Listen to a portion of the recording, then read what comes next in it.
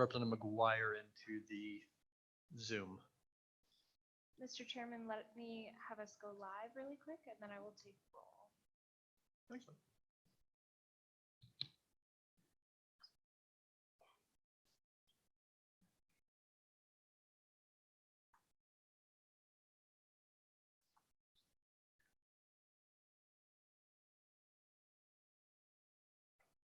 Thank you for your patience, Mr. Chairman. We are live.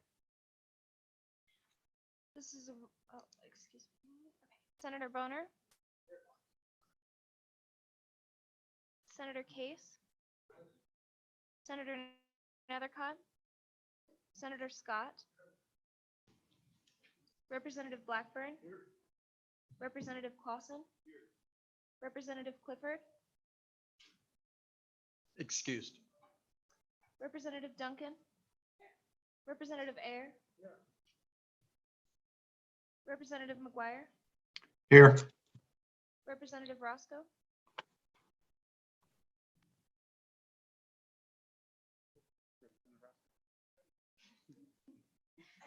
Co-Chairman Driscoll. Co-Chairman Zwanitzer. Here. Mr. Chairman, you have a quorum. Excellent. So this morning, I guess I should make some opening announcements. As I think everyone here is aware, Representative Hunt has resigned his seat from the House. And so we, from what I understand, we'll be getting a new appointment, or possibly two new appointments to this committee next week. But I'll wait for that official memo from the leadership to come out. But we are down at least one member on the House side today. And then Representative Clifford will not be joining us as well. With that, if LSO will kind of kick us off this morning on any updates from the U.S. Census Bureau or happenings over the past month since our last meeting, we'd be pleased to welcome Mr. Swank from LSO.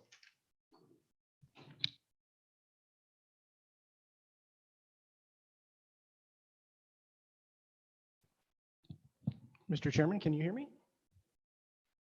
Thank you, Mr. Chairman. My name is Michael Swank. I'm an analyst with the Legislative Service Office.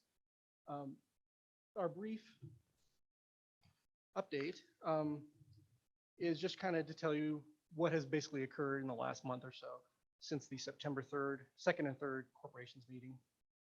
You should have in your packet a letter that was drafted by the chairman on appointments for the point person or liaison or coordinators, however you like to phrase it, for each region. Each region was adopted during the September 3rd meeting.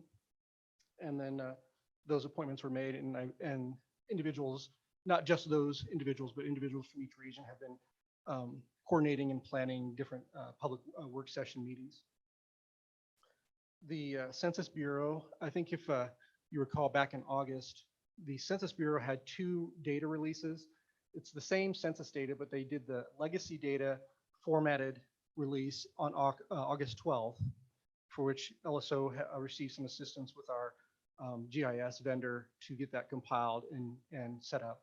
And then the more, I guess, official release was released on September 16th, which included thumb drives and CDs that were submitted to all official recipients of each state. So that included the governor's office, LSO, as well as leadership in each chamber of Wyoming's legislature. I believe it went to the presiding officers, the majority floor leaders, as well as the minority leaders in each chamber. It is the same data, just a different format, and was attempting to make it a little more user-friendly for those that were perhaps starting a little late in the process. We also, I believe on September 17th, went live with the redistricting mapping portal. And I know we've had quite a few people try to use that portal. I think we're at about 125, 130 registered users on that. We have not had any plans submitted to LSO. Actually, I should take that back. We had one or a couple submitted last night after work hours. So we will review those. And I believe later on today, it might be a beneficial discussion for the committee to maybe go over how plans will be submitted to LSO and then transmitted to the committee for review at different times, whether it's from a region or the public and that sort of thing. I did want to make one note on the portal. There are two options for kind of sending your plan somewhere else. And one of them is the shared function. So if you go in there and you have a plan and you want to share it, you can do that. However, it's shared on the portal to all users that utilize the portal. It's not shared just with the legislature or just with the committee. So it's a public share. We've had a few questions on that, and I know there's individuals that wish to share their plans with, maybe people within their region or county clerks or so forth. But the portal does not have a function to share just with specific individuals or specific groups. We are working on potentially an email solution so that you can send email directly from the site to individuals or groups. But we've been having some technical difficulties, and we're working with our vendor to see if we can get that up and running. And then the submissions, once you hit a submit, it goes directly to LSO, and we can download it into our system and provide it to whoever needs to review that plan. Are there any other questions on the portal? I think that might be one of the more big updates. Go ahead, Representative Barton. Thank you, Mr. Chairman. Mr. Swank, thank you for all your good help. I know as one who's Welcome. trying to wade through this process, you've been very helpful. You mentioned that the leadership had access to a more user-friendly version of the data. How much more user-friendly is it? Can be made available to all of us? Mr. Chairman, Representative Ayer, I actually have not utilized that data because we already had everything downloaded with our vendor. My understanding is that you can bring in the thumb drive and download it to your computer, and then you would be able to more easily transfer it into a GIS program and so forth. You can also go to the U.S. Census Bureau website, and they have some more dynamic, active maps and data links that you can utilize. The data was released to official recipients at that time. It was not released to everyone in the legislature or everyone in the executive branch. It was just meeting their federal statutory obligations to submit it. I do have a thumb drive I have not used. It's in my office, but I cannot give you a detailed description of how that data was different than what we were able to utilize in August. Further questions for Mr. Swank regarding the Census Bureau or Maptitude? Not seeing it at this time. Then go ahead. Thank you, Mr. Chairman. I have two more quick updates. The first is that so far LSO has participated in 7 work sessions, public work sessions with 6 different regions. Region 6 has had 2 public work sessions for which we attended and assisted. And then we've also had work sessions with Regions 1, which is Laramie County, Region 2, Albany County, 4, which is Fremont County, which was the first one. And then Region 5, Sheridan County, was this past Monday evening.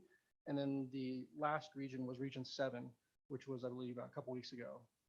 They had a work session on a Saturday evening. Regions 3, which is Natrona County, I believe is working on setting up scheduling a session, but I don't believe it's been formally scheduled as yet.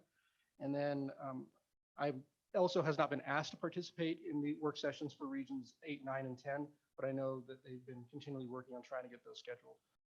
They may have already had some, they just did not request LSO assistance. And then the last item, and this is kind of a preface to the next section, the regional updates. What LSO did is we provided a presentation template for each public work session. So it's about 9 or 10 slides. It goes over just the basics of what has occurred to date with the Corporations Committee, and then kind of defines the parameters of what current legislative districts look like with the 2020 census and kind of how far they are off on the deviation. We compiled all those presentations in a document provided to the committee and online. We did kind of edit it a little bit because the first, I think, 4 slides in every presentation were all the same. So we have the full presentation for Region 1. We did it alphabetically by region. And the presentations thereafter are abbreviated, and it just shows the population in the districts for each of those regions, because every region was going to already go over the statutory requirements and the principles and so forth. So I just wanted to preface that and why the document before you is not 100 pages long. It's only about 65 pages long. And that's kind of the gist. We did have 2 regions edit the presentations because we gave it to them as a resource. And I believe Region 7 or Region 5 requested some additions to help provide additional context in their regional public work sessions. And I stand for questions. Committee questions? Not seeing any. Thank you very much, Mr. Swink. Next up, I know Mr. Anderson, our attorney for the committee, has provided a research memo on some of the most common questions we were receiving last month regarding one person, one vote. The 10% deviation standard, we're going to talk about some more today. But if we'll bring Josh up and let us throw some questions at you, should we have any, or maybe just a cursory overview of the memo and what's covered in these 5 pages, both for members of the committee and the public would be great. Sure thing, Mr. Chairman, Josh Anderson, LSO. This is a memo that you guys were provided back at the meeting up in Casper, and we talked about briefly then. But the question of this 10% deviation has come up at some of these regional meetings. So I thought I'd just remind you guys that this memo is out there. I guess I'll just quickly go through some of the highlights. So back in the 60s, the United States Supreme Court determined that the Equal Protection Clause applied both to redistricting of the congressional members of the states as well as the state legislatures, and required for state legislatures that both houses of the bicameral state legislature be apportioned on a population basis. Through some further court cases, they then developed this 10% standard. And basically what that means is that if the plan of the state legislature is no more than plus or minus 5% from the ideal population for your districts, then that presumptively complies with the one person, one vote requirement under the Equal Protection Clause. And then if the deviation is more than 10%, that then changes the presumption, and that's presumptively unconstitutional. There have been a couple cases where the courts have occasionally allowed states to go beyond that 10%, which are highlighted in the memo. There was one in Virginia that allowed for a 16.4% deviation to keep county lines whole. The court did say that they thought that might be close to the maximum while not setting a bright line rule. However, other states have argued that same argument and still failed. There was a Tennessee plan that hit 13.9% deviation, which was overturned by the court. And then also in Kentucky, an 11% or slightly less than 11% deviation was also overturned. There was a Wyoming case on this issue back in 1991, the Gorin case, where the courts made that clear that also applied in Wyoming. And through that redistricting process then, or after the court case, that is how then the legislature ended up with the current plan of 60 and 30 with nested districts. That's pretty much what I have, Mr. Chairman. I'm happy to take any questions. Senator Bonner. Thank you, Mr. Chairman. Just wondering what's the result of the cases or a redistricting plan is overturned by the courts? What's the consequence? Does legislature have to go back and try again for the next election cycle? Does the court take over and draw the lines themselves? What's the result of that? Mr. Chairman, from my understanding, Senator Bonner, both of those things can happen. So in the Wyoming case, the court sent it back to the legislature to redistrict, and they did that. But also noted in that case that the court could have done the redistricting itself.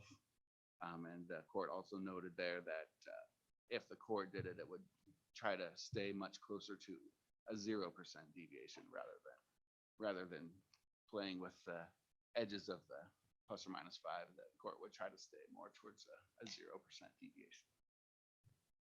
Senator Bonner. On those other cases, more recent ones in Tennessee and elsewhere, do you have any inclination, do you know what the result was there? Did the courts draw the maps themselves, or did this refer back to legislature? Mr. Chairman, Senator Boner, I did not look any deeper into those cases, so I'd be happy to do that, Mr. Chairman. Senator Driscoll? Thank you, Mr. Chairman. Josh, the Wyoming case, when I read through it, the legislature never gave any reason for going outside of the deviation, and the courts basically said, if you gave us a reason for being outside of the deviation in the summary of the case, they said they'd have looked at it somewhat differently. Is that correct in your?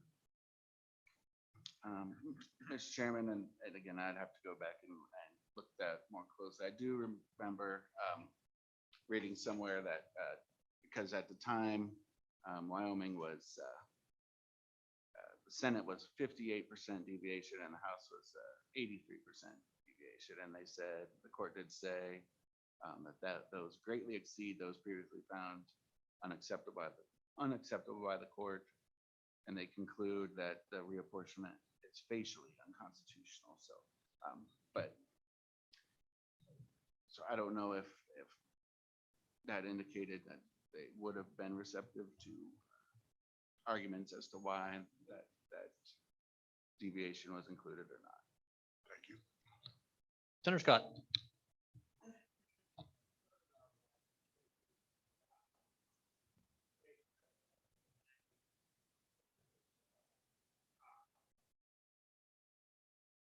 I was involved in that. The first attempt was to do it strictly on a county basis. And that's why you had the tremendous deviation. Frankly, there's been a dispute between the House and the Senate, and the House was just adamant. We pretty much knew we were going to lose. That was done at the general session, based on just the county data. What happened then was at the budget session, we did a committee developed plan that was a districting plan, but a multi-member district plan. Governor Sullivan vetoed that approximately 5 days before the court deadline for submission of a legislative plan. We came back and in those 5 days produced a single member district plan. And the fear was that if we could not get that done in time, the court would then do it on its own and would ask the various parties in front of the court to submit plans. And all the parties were Democrats. And the fear that we had was that the court-ordered plan would be a Democratic gerrymander, because they would rely on what was submitted to them. And that was possible in those days. I worked out a plan just to see if it was. And it was possible to, in those days, do a plan that would have resulted in a Democratic majority in all probability in the legislature. So they were afraid that the court would do it and the court would simply rely on advice from the various parties in front of the court. So we were under considerable pressure to get that done in the time period. And fortunately, one of our members, I'd put in a backup bill, and one of the members had done a single member district plan. So mechanically, it was relatively quickly done. We did have quite a bit of trouble in the implementation because the county clerks were not involved in that, given the time frame. And some of the plans were difficult to implement at the county level. And that experience has educated us that it's wise to get the county clerks involved. You get a plan that works better and has less accidental voting in the wrong district problems. So we've since then stuck to the plus or minus 5%. Wouldn't you agree? And I know we do have a discussion in a couple hours on the possibility of deviating further than the current rule. Other questions for our staff attorney? Not seeing any. Thank you very much, Josh. I'm sure we'll call you up a couple more times today. And so committee, we've asked each of those 10 regions to send us a representative from their regions to discuss any initial meetings or thoughts, community events they've had. I'd like to actually call up Region 2 first, Albany County, as I'm waiting on the Region 1 person to join us online. With that, Representative Connolly, Madam Minority Leader, welcome. Any update from Region 2 on initial meetings and where your county may proceed? Thank you, Mr. Chairman, Mr. Co-Chairman, and members of the committee. Yes, we do have an update. And I don't know if the committee knows, but those of us who are these regional representatives, we received an email message from LSO yesterday with 5 questions. And I thought I would just go through those questions and give you the answers. But first, to let you know that Region 2 is wholly and only Albany County. Right? And so Region 2 stays totally within those county boundary lines. And I'll talk just a little bit about how that's a very slight deviation from what exists right now, where Rock River is included in the House and Senate districts to the west of ours. So the first question is, have we had any public meetings? The answer is yes. We first had a meeting with the 6 of us, 2 senators and 4 representatives, with our county clerk and her staff, and decided that we'd like to have as much transparency as possible and to hold several public meetings. Our first public meeting was September 14th. It was held at the Albany County Library. It was attended by all of our senators and representatives, with one exception who got caught on a plane and he couldn't make it. But we were also very pleased that Chairman Swanitzer was able to come over, Representative Blackburn was there, and Representative Yin also came as well. It was an informational meeting, and know that it was 3 days before the public portal was available. And so we had Mr. Swank and staff from LSO also available on Zoom.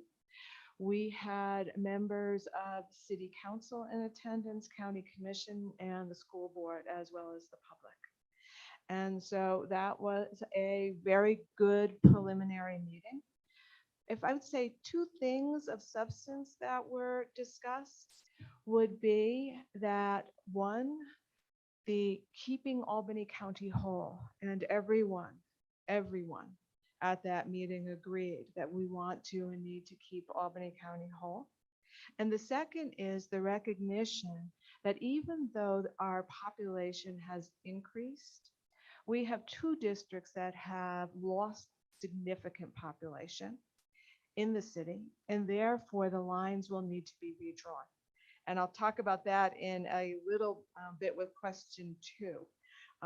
Does your region anticipate a major or complete revision to current legislative district boundary lines, or will there be minor modifications? So the joke is that for us, we have a draft map, and that has only been circulated among the 6 of us who are representatives and senators at this point. And we have moved one of the boundaries 6 blocks. Now, to most of you, moving a boundary 6 blocks doesn't seem like much. And in fact, it really isn't. It literally is moving it 6 city blocks. For us, it does mean, and we talked about it at the meeting, that we will have different lines within the city limits. Honestly, that's good. And in fact, the proposed map that we have is a far more reasonable map than what we honestly have right now, where one of the districts jumps over another one. And so we're quite pleased with how the lines can get drawn within the county. We will have a second public meeting, and hopefully it will be at the end of the month, where we'll present this draft map and perhaps do some tweaking to that, but get some public comment on that. Let me just tell you about that draft map a little bit, that we are able to stay within the 5% deviation for each of the House districts and therefore for the 2 Senate districts. But know that there's not a whole lot of flexibility because right now we're at 96.4%, right? We have all, that map also has 2 city and 2 rural districts like we do right now. We have bright line boundaries that exist right now, which is 15th Street. Most of you know Laramie because of, honestly, because you go to games. I know that, right? We keep 15th Street, right? All of the House districts include a significant portion of the city limits. Know that we have 2 municipalities in the county. One is Laramie at 30+ thousand people. The other is Rock River at 200 people. So it's important that we recognize, right, the size of Laramie. And all of the House districts include some UW buildings. And again, because that is our major employer, right? So those were some of the considerations that were taken into account with the drawing of this map. The other questions that you ask include communications that we've had with other regions on sharing, that those have only been informal. And those informal kind of notions that there might be a desire to come in from the west or from the east. Again, one of the things that we all agree on is to keep Albany County whole. And we really see that as a problem in terms of that notion of community of interest, right? And there are 3 things that I think about in terms of community of interest. One is, where do people work? Where do people shop? And where do kids go to school? And by keeping Albany County whole, all 3 of them are met. If you go outside of that, those 3 are no longer met, right? Albany County has a unified school district, right? We're used to going up and down 287 to Rock River, not over to Cheyenne, not over to Rollins, right? So that is an important element for us. So our desire, and again, this is all 6 of us, right, to keep Albany County, to keep Region 2 whole. The last questions were about, what are your region's biggest challenges for redistricting and what kind of help can we want or expect from the committee? And then honestly, the answer is simply that we are fine without poaching, okay? If there is kind of discussions about coming in from any other direction, that is an issue for us. We feel like we're able to redraw the lines within Region 2 and do it so it meets every one of the principles that have been put forward by this committee. All right, Senator Case. Just some housekeeping, Mr. Chairman. Folks are contacting me from the outside world saying it's hard to hear. So it might be a particular microphone or not. Right now I can hear myself pretty darn good, but just letting people know. Similar on mine. Any other questions for Region 2, Albany County? You want to be made whole. And I would reference, out of every census block in the state, Albany County is home to the largest single census block of 1,600 people, which would be our dormitories. So when they move one census block over for that district, 1,600 people get affected, which I think is impressive. No further questions. All right. Thank you very much, Representative Connolly. Thanks, Chairman and committee. Chairman Nicholas, we're going to put you on Zoom and hope it works. We'll let you know if we can't hear you. Welcome from Region 1. Thank you. Can you hear me okay? Great. Yep, you're good. Well, it's nice to see all those smiling faces. Appreciate you allowing me to zoom in. I'm in the middle of had an 8:30 meeting and I've got a 10 o'clock meeting, so I'm going to be quick. And I would appreciate it, Dan, if you kind of fill in the gaps for our district as for the things that I miss. I think the most important thing regarding Laramie County is population. So if you take the census that you're working with, 66% of all the population growth that occurred in the last 10 years occurred in Laramie County. So the census went up 13,220 roughly. 8,774 of those individuals are 66% are Laramie County. So we are entitled to 11 legislators. And to me, it would be literally almost unethical not to give us one more legislator in order to comply with our constitutional and statutory mandates. It's just a necessity because, in addition to that, what is even probably more interesting, Laramie County has grown by over 1,000 people since the census was completed. So right now, we would be, if you did it were actual population numbers, we would have to be 5% over the deviation in every one of our districts in order, if you keep us at 10 legislators. And I just don't think that's appropriate. You can't do it. Just for an example, there's an average of 1,500 units being built per year. That's residences, apartments, and duplex. And that's been consistent for the last 4 years, and including this year. That means that's a rough average of at least 2,000 new people a year. Last year, we added over 1,000 students in our schools. Last year, our workforce increased by 1,000 people. And so we are well in excess now probably of another 1,500 people more than the 8,774 which was the census number. It's just kind of remarkable. Last quarter, we had $247 million in construction taking place. So Cheyenne is the fastest growing part of Wyoming. It has been for the last 20 years, and it's going to be for the next 20. If you look at the forecast of new businesses that are coming in the next 3 years, they're estimating an influx of another 3,000 to 4,000 people. So I would just respectfully submit that when we put together the redistricting, that we have to have 11, and the growth potential on the Albany County side, there's only roughly about 200 or 300 individuals available, about 700 or 800 on the Goshen County side in terms of this district, and the rest of it, I just think that it has to be pegged to where the people are now and where they're going to be in the future.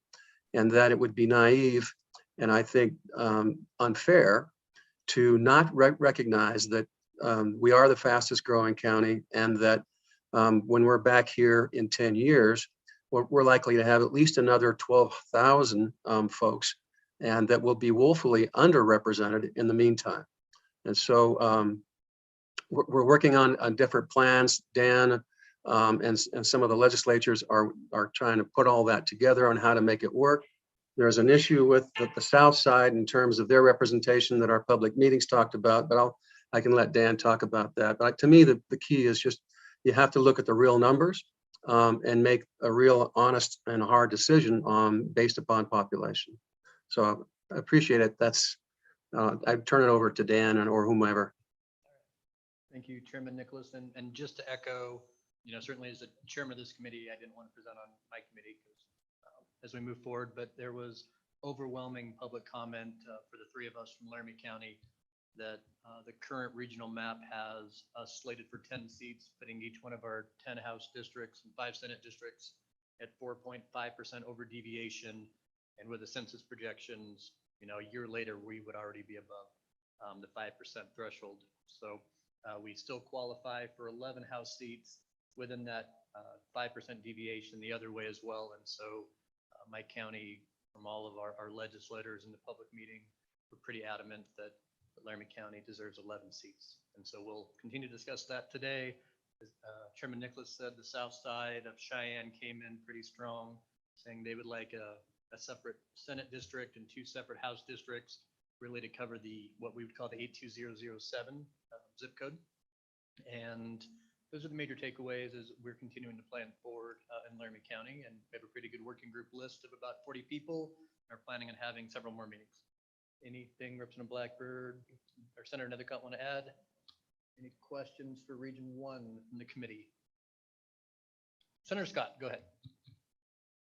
Mr. Chairman, question for Representative Nicholas.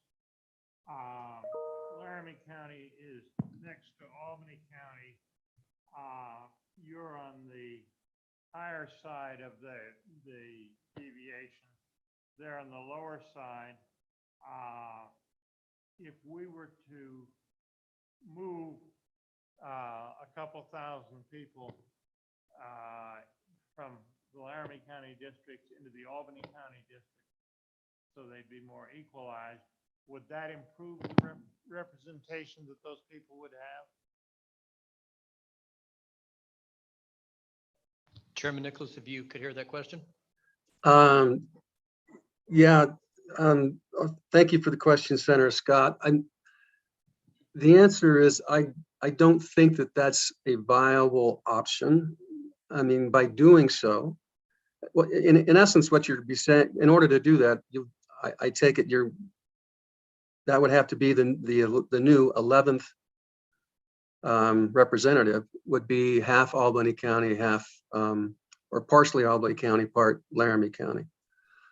But it would predominantly be Laramie County. So I don't know that Albany County would be overexcited about that. And if you do it geographically, I'd have to look at the census map on how that would impact it in terms of and how you would structure that for Republican, Democrat, and where it would fit. So I don't know the answer to that. I mean, obviously they want to be held whole. There's a roughly 200 deviation where you could move basically, as I understand it, the line up to the summit, so that it's kind of more of a geographic mapping, which I think is probably reasonable, and that they would still have commensurate representation, but that's only 200 or 300 people. When you dip down over the summit on the other side, I think it becomes a different story. The fact is that we have enough people our own, 8,700 new folks for our own district within our own county. And so we wouldn't need to do that. And we would still be with our standard deviations, if that helps. And if I missed your point, perhaps Dan, you could fill in the gaps because you don't understand the numbers better. Yeah, I'll certainly add on. When we were to add that 11th seat in Laramie County, there's about 100 people between the county line and the summit, and about 150 more before you go into the city of Laramie, kind of about halfway through the municipal town of Laramie. There's just not a whole lot of people to pick up there, about 200, 250 total. Platte County obviously would like to remain whole. They don't qualify for one House seat on their own. And so when we looked at Goshen County, it's about 200 or 300 to draw the line up, about 15 miles into Goshen County, taking in LaGrange to go all the way past Hawk Springs. It's about 700. And so somewhere in there, at least the Laramie County delegation thought that might be a more appropriate place, as historically House District 10 already goes into Goshen County, and they have a little bit of excess population there as well. And so we did have LSO draw what that would look like and run the numbers both ways as well. So when we get to that discussion, I think the Laramie County representatives are willing to look at all options, even drawing up through Chugwater, but that would force Platte County to spread into other places. But we do have a write-up of what that would look like and where we can take those people from. Other questions for Region 1? Not seeing any. Thank you very much, Chairman Nicholas. Have a great next meeting. Going to go on to Natrona County. No, Senator Scott. Mr. Chairman, says it's on. Mr. Chairman, we got a little bit of a slow start, various reasons. We've tentatively got the initial public meeting scheduled for noontime on Monday, the 18th of October, and expect to hold it at the Ag Resource Building in Casper that the county owns. And I understand the LSO is able to give us the standard presentation. We think that'll be quite useful, and we'll get public input at that point. We're going to try to be pretty strict about sticking to the reapportionment and avoiding extraneous political issues. Uh, We've got to get 3 apportionment done. We thought that a noontime meeting would get better public participation than an evening one or a strictly during business hours meeting. So that was the reason for picking that particular time. When you look at the substance of it, again, Natrona County can be entirely whole within Natrona County. We have almost all the relative growth in the county occurred in one House district, number 35, which is 2,864 people over the 5% above ideal maximum. And that there was a series of apartment buildings built in that district. We'll have to shed population from that district into virtually every other House district in the county, except for House District 38, which is 85 people over the maximum. That we don't anticipate any great difficulties in getting that done. What happened 10 years ago was actually our plan was drawn by the county clerk with the intent of making it easier for people to understand, picking boundaries that were easier to understand. That did improve things quite a bit. So we're building on that foundation, and I think we'll probably continue along those lines. It is apparent to us that we do neighbor the Bighorn Basin and the part of Fremont County that has been put into one of the Bighorn Basin districts, the Hot Springs Washakie district. They are 1,350 short in absolute numbers, probably need a few more to provide enough margin so that you can practically district within that. It would be best, we think, if that could be accommodated with like groups in Fremont County. The Natrona County precinct involved there that neighbors the Lyside area in Fremont County is in part of that community. There's a Willow Creek community that has, I think it's 33 people, something like that in it, that frankly goes more to Casey and Buffalo than it does to Natrona County, just the way the roads run. What would really disrupt us is if any problem in the Bighorn Basin caused them to need more than about 200 people out of Natrona County. To get that, you either go to Midwestern Edgerton and go clear to the Campbell County line, or you go into the Casper urban area.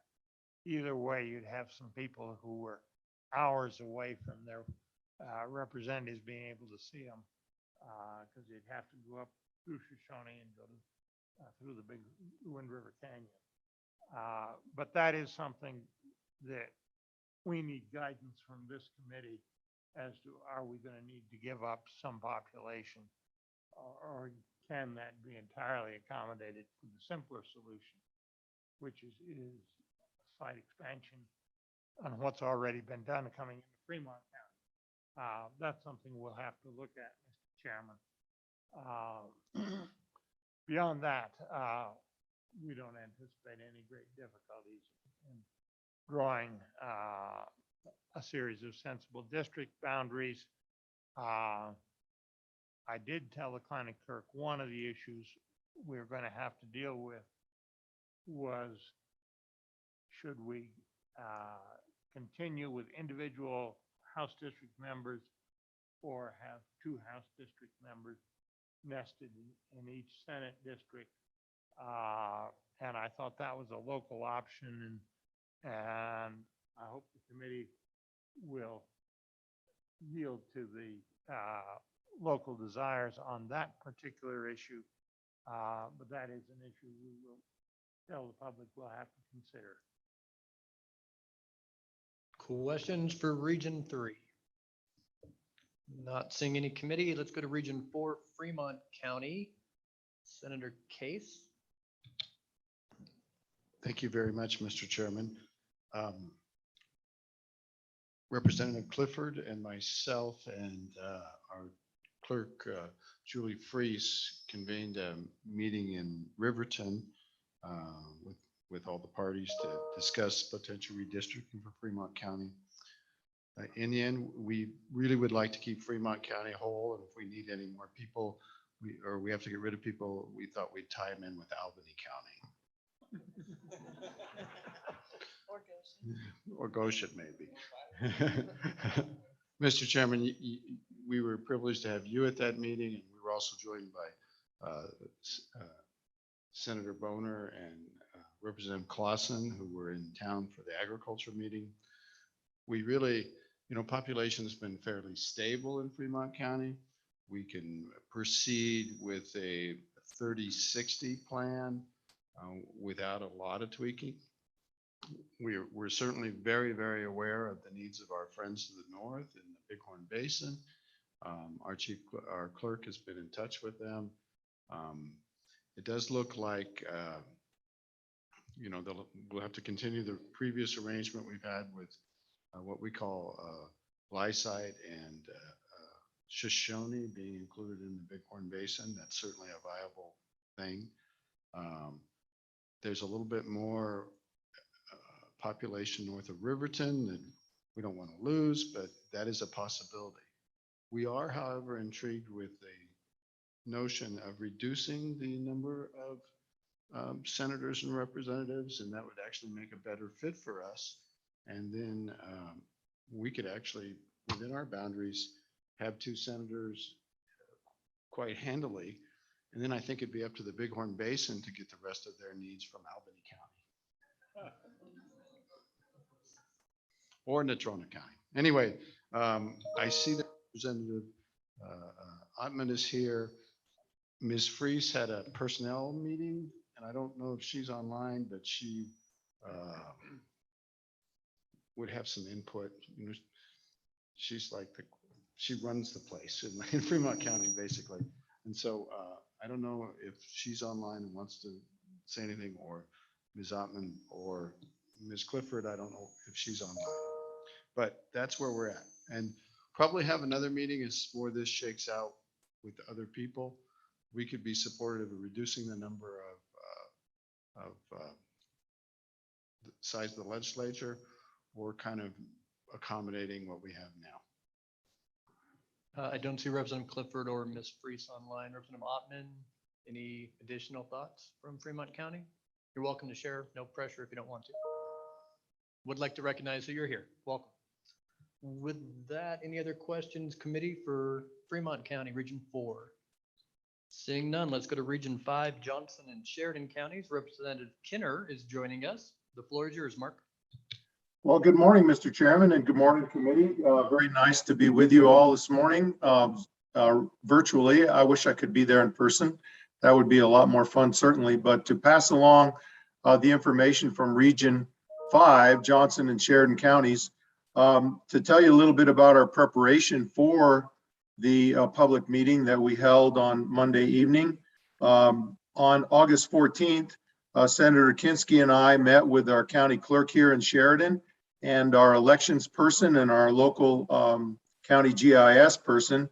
That was a preparation meeting for our first meeting, which we held on August 17th. And that consisted of both Sheridan and Johnson County clerks, the GIS person from Sheridan County, and also our elections person from Sheridan County. And then all 6 elected officials, all 4 representatives and both senators attended that meeting. We also spent time just really preparing and talking about the process and how might we best handle the differences that we need to address.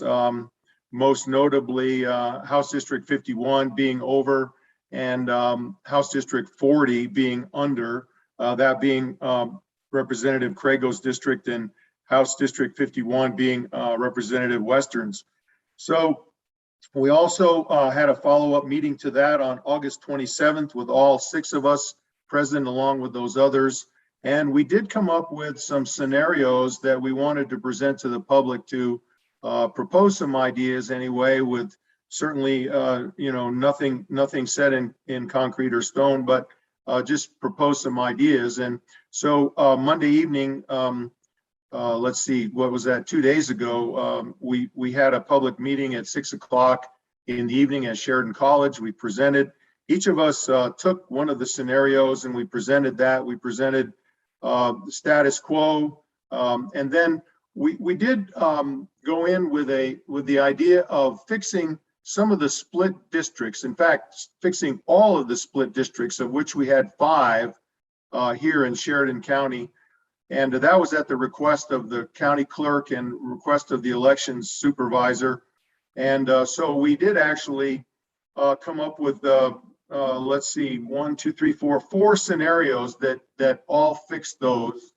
And then we came up with some other scenarios of moving precincts around. We also did come up with one scenario that did create a split ballot unless we asked the county commissioners to adjust some precinct boundary lines. And the chairman of the county commission spoke to that meeting. There were 4 county commissioners at our public meeting, and the chairman spoke to that and said he would prefer not to have us asked to do that they would prefer not to play winners and losers with precinct committee roles.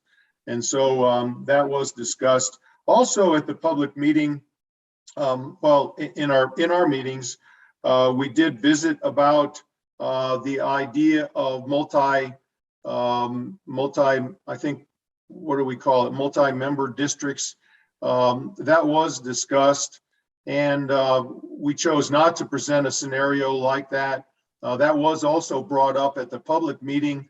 There was one comment in favor of that, but there were several very vocal comments against that, referring to what we've done in the city of Sheridan, having members at large to the city council, and they were making the comment that now we see several members from one area of town instead of the ward concept. So they spoke against that and would ask that we not consider that.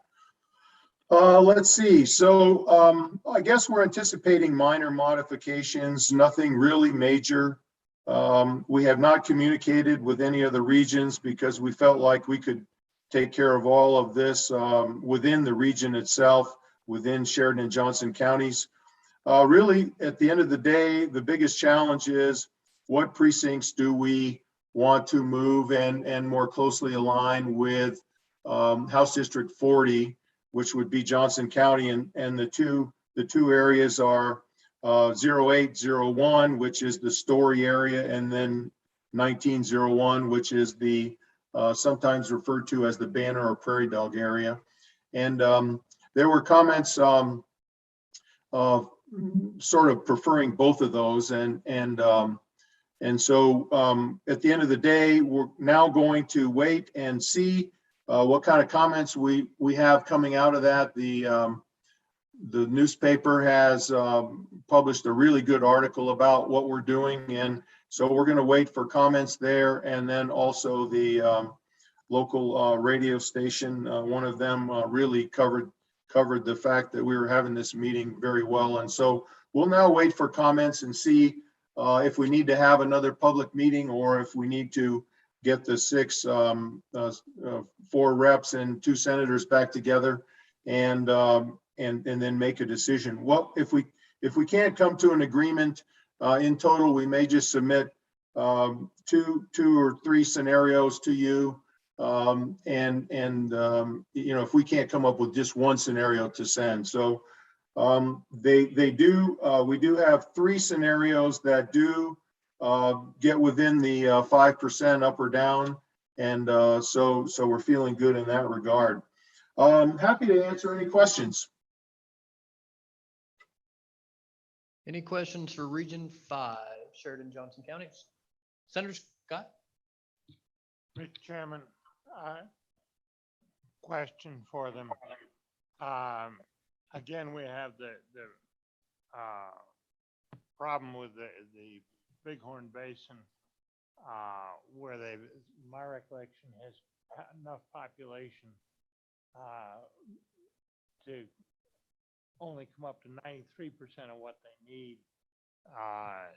for their current representation.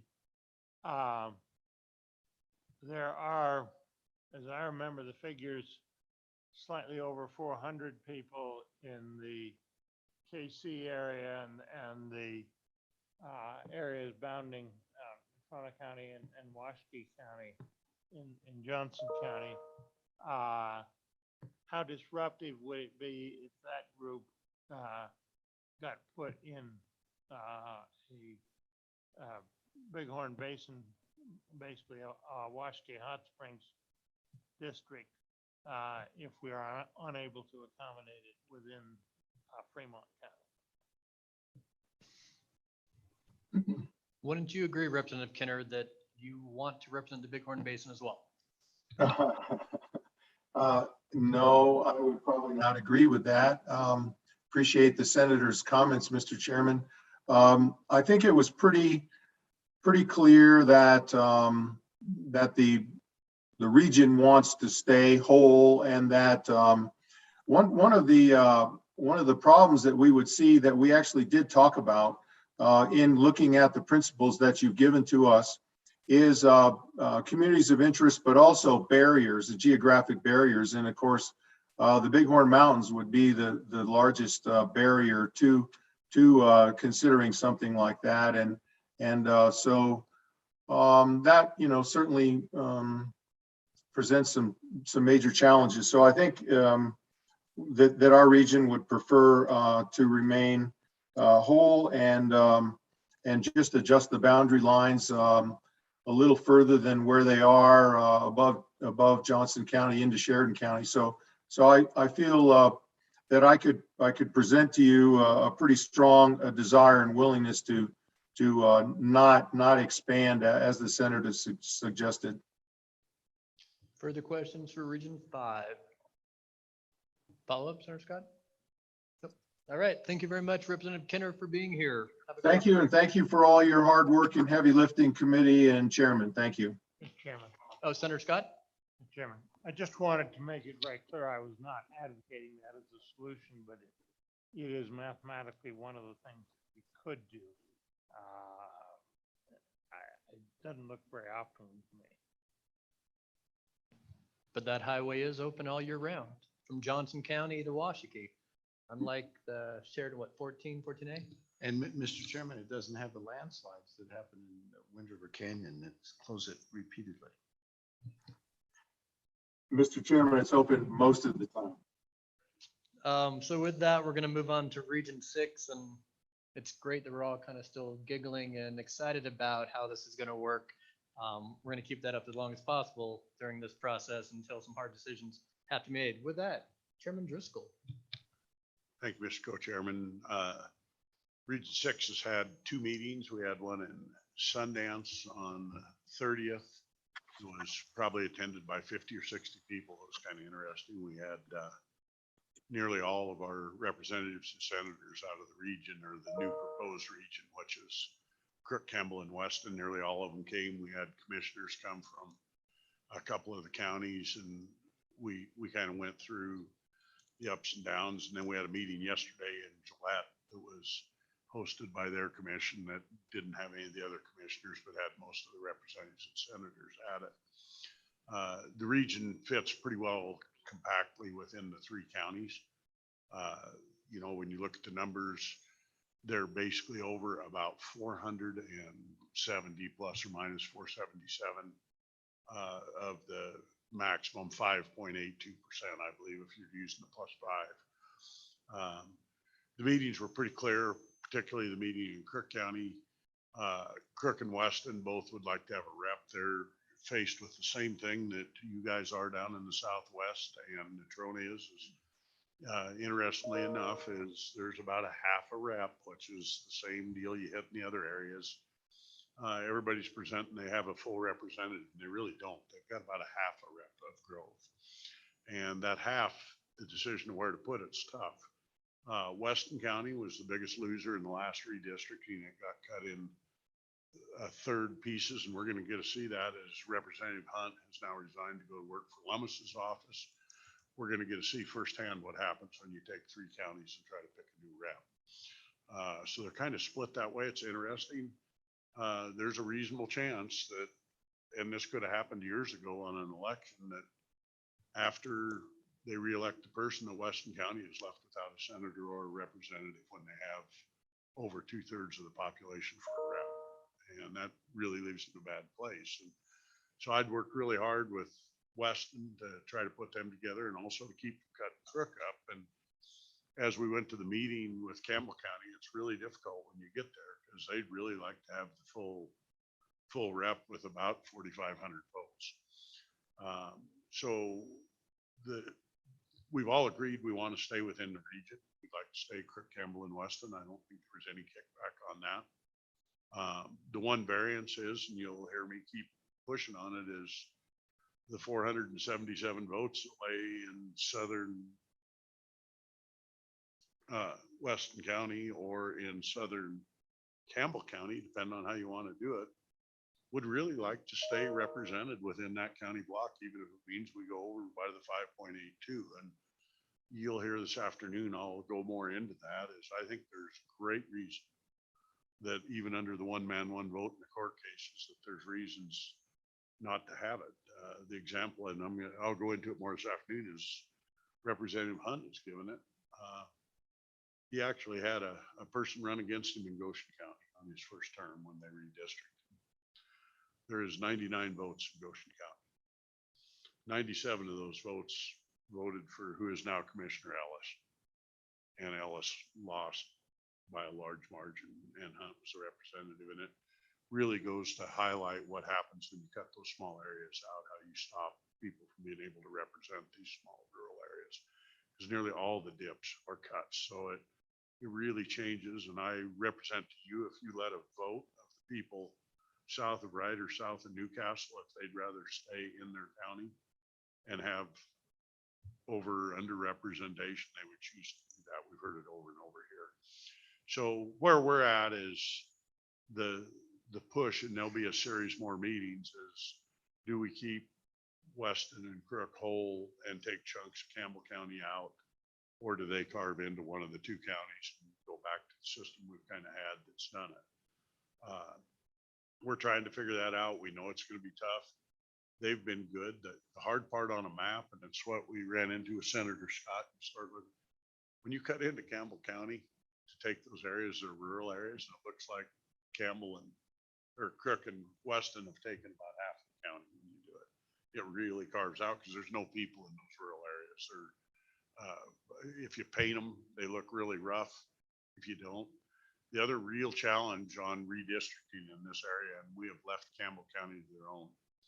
Similar to what happened in Albany County, with the biggest growth area, there was a huge growth area in Campbell County, and that was in southern Gillette, and they grew by 20%.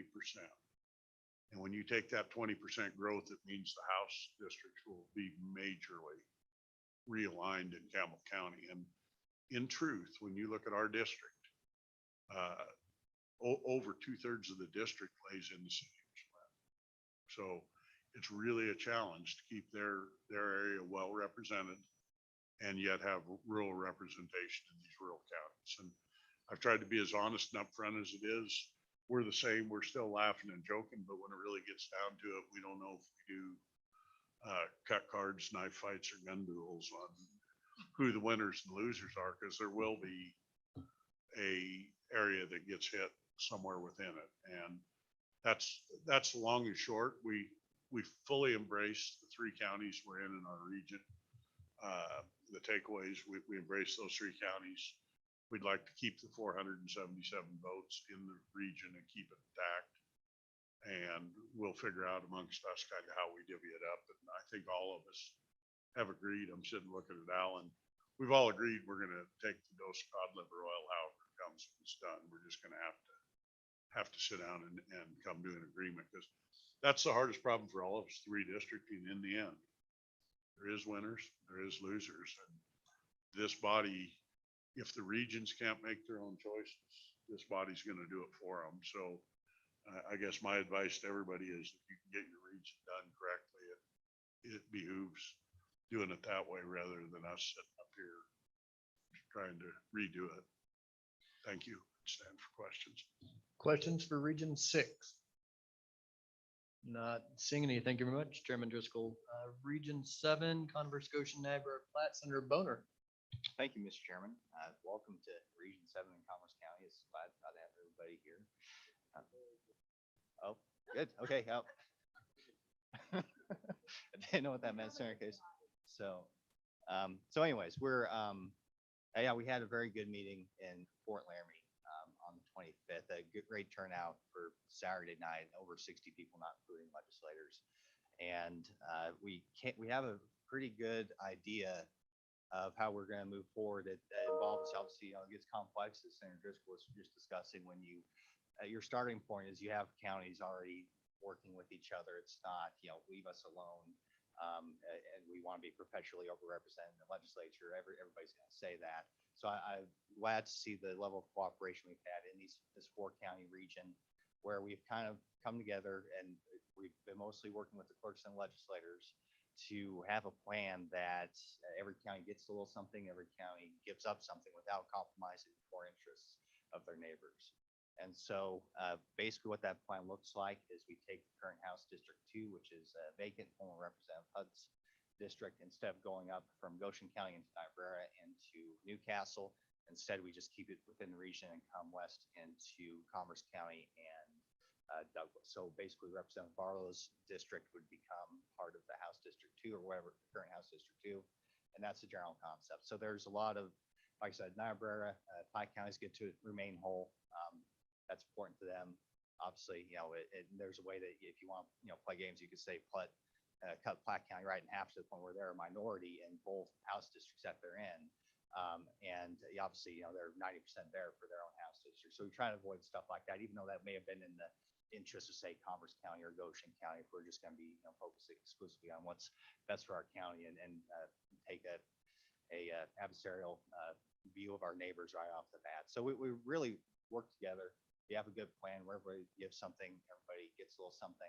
This way, Commerce County, frankly, still gets split 3 ways. That's less than ideal, but we're willing to give that up, at least the folks I've talked to, and with having a House seat that is at least 1/3 Commerce County, and have as a result a fair chance at that second representative. Same thing can be said for Goshen County. And so that's the general idea. We did send you a letter, has broad support of almost all the clerks in the region, almost all the legislators in the region. I have to say that when we present this plan in Goshen County, that 90% of the people voted. We asked for a show of hands as to who supported. 90% of the people raise their hands, because I think they understand that we have to come together and work together before the knives come out. And the more work we do ahead of time, the better off we're going to be. I just have to say one thing we've noticed, and I'm not from Goshen County, but there's a lot of hard feelings over the prison situation in that county. It makes it really hard that's been our obstacle, to bring absolutely everybody together. Is kind of the bitter taste is still left in people's mouths there. So from my perspective, we have to avoid these sort of, and we haven't discussed it yet, but I think it's worth discussing. It's my understanding that gerrymander, I'll call it, I don't use that word lightly, but that was a prison gerrymander, was a result of 2 senators being in the same Senate seat, rather inexplicably, from my understanding, because Laramie County was under the average back then. And so when you get these lines that could be perceived as producing an outcome at an election, it really kind of poisons the well. And I think we should avoid that at all costs. I think Senator Scott alluded to it before, but that's just kind of lessons learned as we start out this process. When you start doing that, it does make it next to impossible to reach consensus. And we're still dealing with the after effects of that in Region 7 and Goshen County in particular. So that being said, that's our plan. We're ready to work with other regions. We understand that both Region 6 to our north is already over that 5% population limit. Laramie County is very close to it. Obviously, we have to redistrict based off the census, right, according to our constitution, not speculation. So going off the census, we understand that we're surrounded by regions with overpopulation, and we have been specifically working with the northeast part of the state. And what we have drawn up right now is to take 500 people out of southern Campbell County. We can do that without getting into the town of Bright proper, but we get right up to the town limits. And so that's what that looks like as we begin that discussion as to how we're going to work within the regions. So we're ready to work with everybody. We're got a good consensus among foreign counties within the region, and we're ready to move forward. Questions for Region 7? I know Representative Duncan, Representative Clausen, you're also in that area. Anything you wish to add? Go ahead, Representative Clausen. Thank you, Mr. Chairman. Just to reiterate, we approached this from a lens of fairness, and it was a super good meeting in Fort Laramie, and I think we had good consensus, and the details are yet to be worked out, but the overall discussion was very positive, and I think we're moving in the right direction. Any further, Representative Duncan? Thank you, Mr. Chairman. We're not looking at major changes, I think, for the most part in our region. The consensus is what we're trying to do is correct some wrong and trying to make Torrington proper whole and remove the jigsaw puzzle piece, trying to remove that long Laramie County strip that Senator Boner alluded to. So we're just trying to fix within our region and within our district of Representative Hunt's district. We're just kind of moving those lines, but moving them within the district that they're already in, and just kind of moving the northern line over to the east, basically. Or am I right? Am I going east or west? West. Sorry, west. And so we're just trying to correct in Goshen itself, we're correcting some of those big problem issues with the, I like to call them jigsaw puzzles, because that's basically how they are, where you're removing a whole chunk out of the middle of the town. And so we're just kind of correcting some of those things. But as far as majorly redrawing the lines within House District 5 or House District 2, there's a big line difference for 2, but not as drastic as it may sound. So we're all in agreement. It's just a matter of what it's going to look like in the final project. Any questions for Region 7? Not seeing any quite yet. Let's go on to Region 8, the Bighorn. Oh, Representative Haroldson, come on down. Thank you, Mr. Chairman. So obviously I'm in 7 with Platte County, and just the feeling of the people in Platte County is if we could keep it from getting chopped apart, it would be really good for us. Because if we're not careful, we're going to find ourselves without representation for 8,500 people. So, and that's, I mean, not direct representation. They will have representation, but it won't be direct by someone in their community. So, yeah, if we could definitely keep that, that'd be awesome, and look forward to working with you guys as we make that reality. It's the same discussion Senator Driscoll brought up. To have a county that doesn't have any representation would be a problem, and I'm committed to trying to make it work as much as possible. Other than maybe, I don't know how you did for Niobrara. Hot Springs will have some ideas today. Any questions for Mr. Haroldson, Representative Haroldson? Not any. Thank you very much for coming up today. All right, committee, we're going to go to the Bighorn Basin and welcome Representative Greer. Hi, Mike. Floor is yours. Yeah, thank you, Mr. Chairman. So just get my, I put on my shoes and my, my Sunday shirt today for the committee. So hope everybody appreciates that.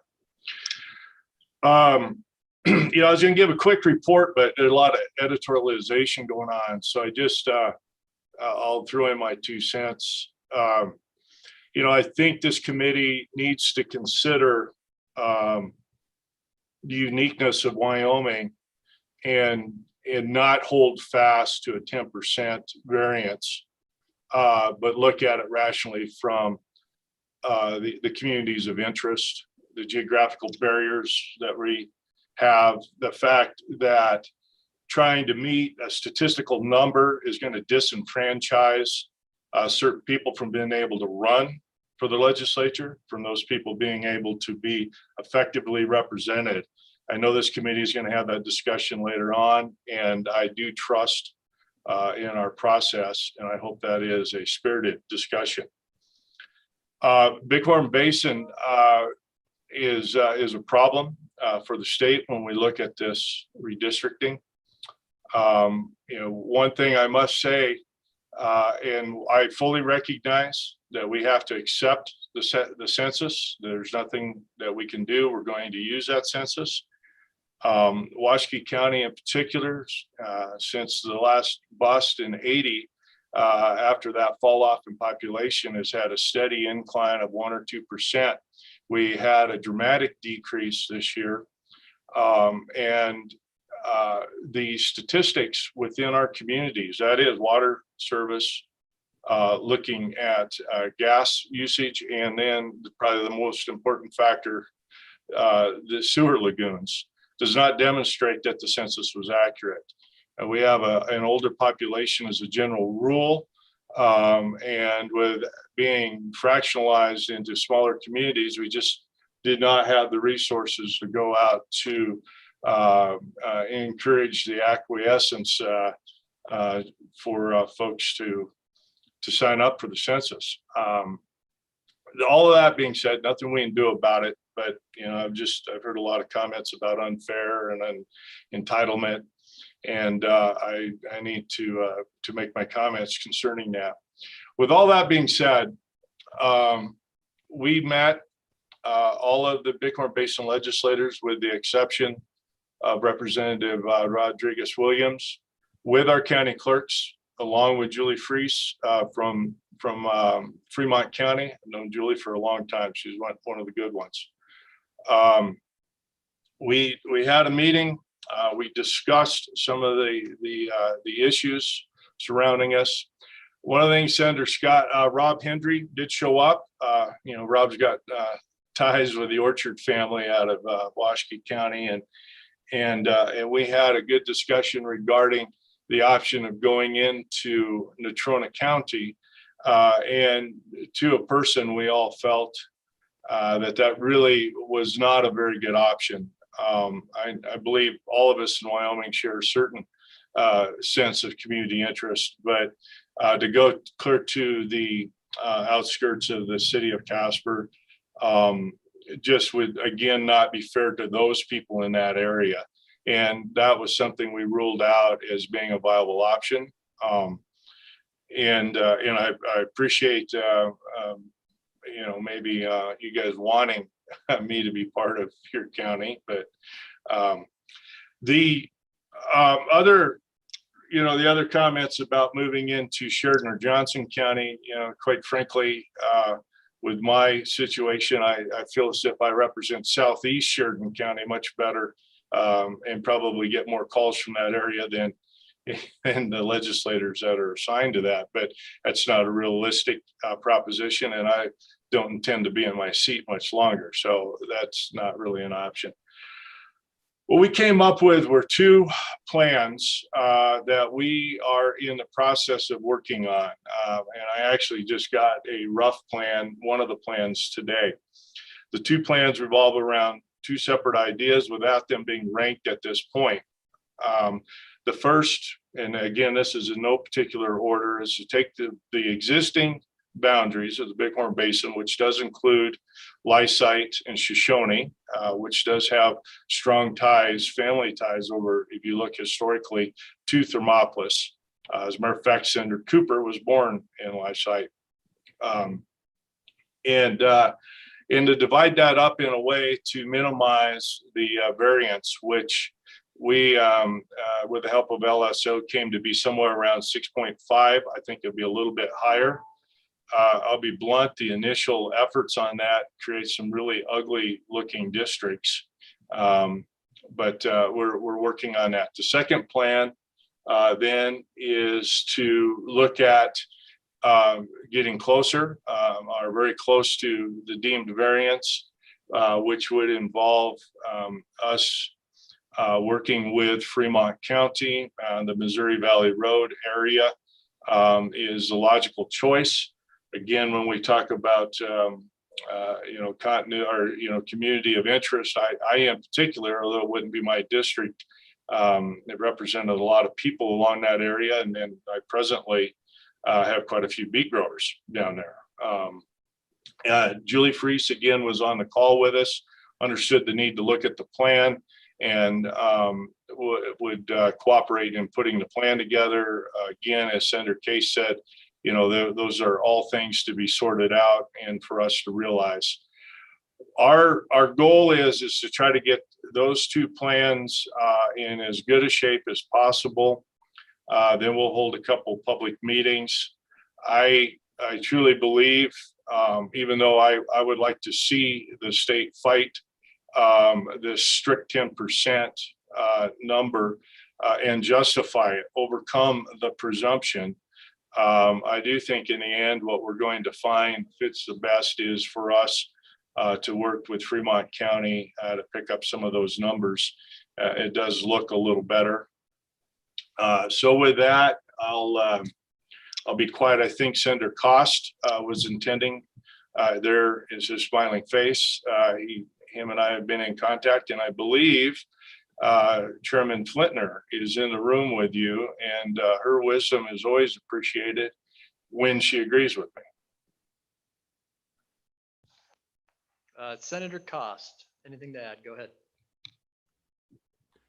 Oh, thank you. After the warm reception we received from Fremont and Natrona and Sheridan, I'm feeling welcomed. It's like, whoa, Bighorn Basin is not really that bad, but we are presented with some real challenges.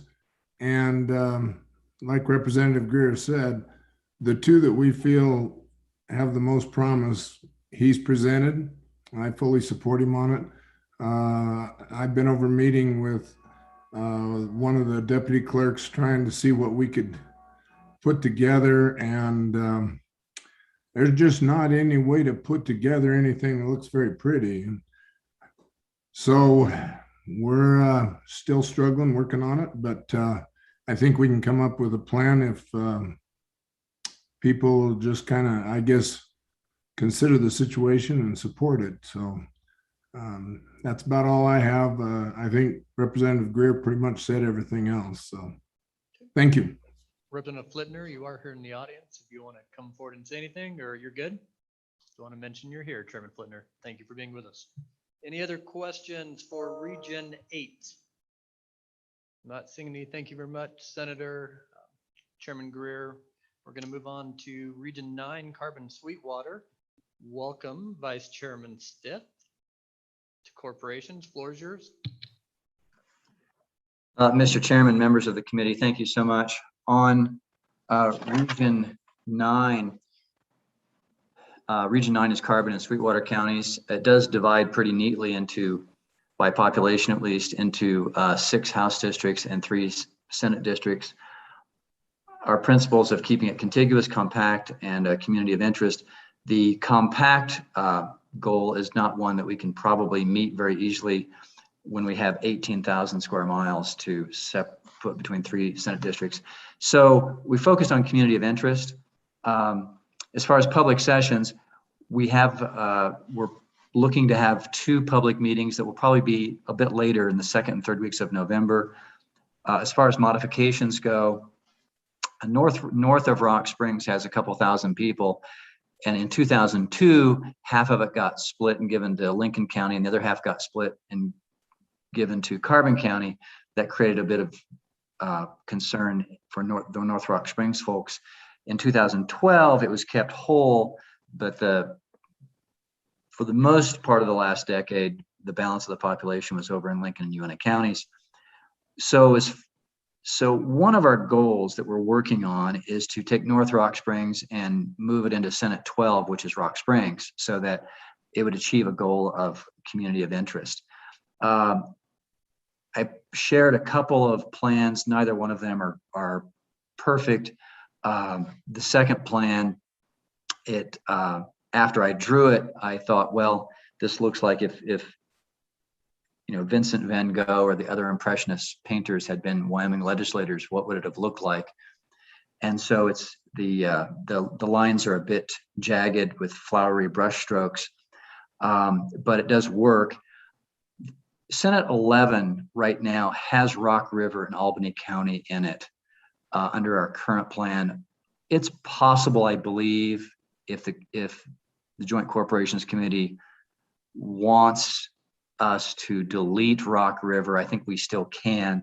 Sweetwater County needs to give up a little over 1,000 residents to Region 10 to make Region 10 work, and that's been a challenge. The shared plan on the Maptitude online portal, the one that's called If Impressionists Redistricted, that one does have about 1,200 and change of residents going over to Region 10. It's a rump district of Senate 14. So we think we're working on it. LSO has helped us. I had a good meeting with Senator Hicks and Senator Kolb.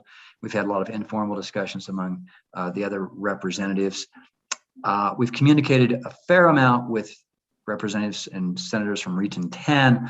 I've not, to be honest, spoken with the folks from Albany County. So that's probably I guess if there's direction or help from the committee that we could use is to say, if you want Region 9 to completely stay out of Rock River, we could probably redraw the lines and get out of that. There's not that many folks over there, and I think we could make it work. It would be really tight, but I think it's possible, and that's about it. We believe we can solve this locally.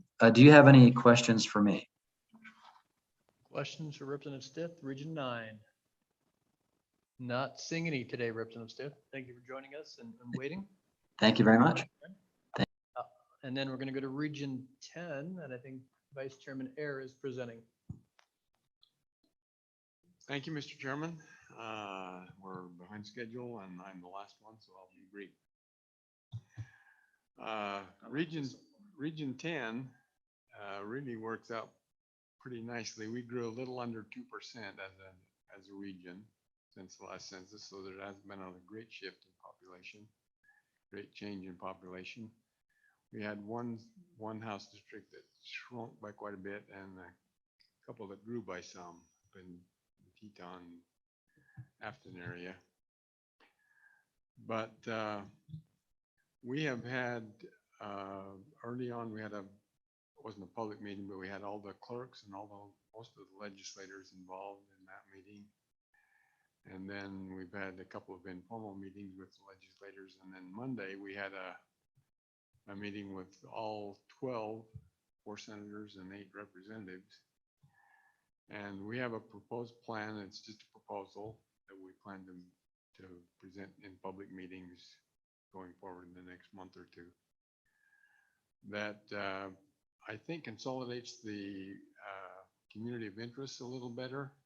And a representative again is working on some plans that can be tweaked in the Jackson, Teton County area.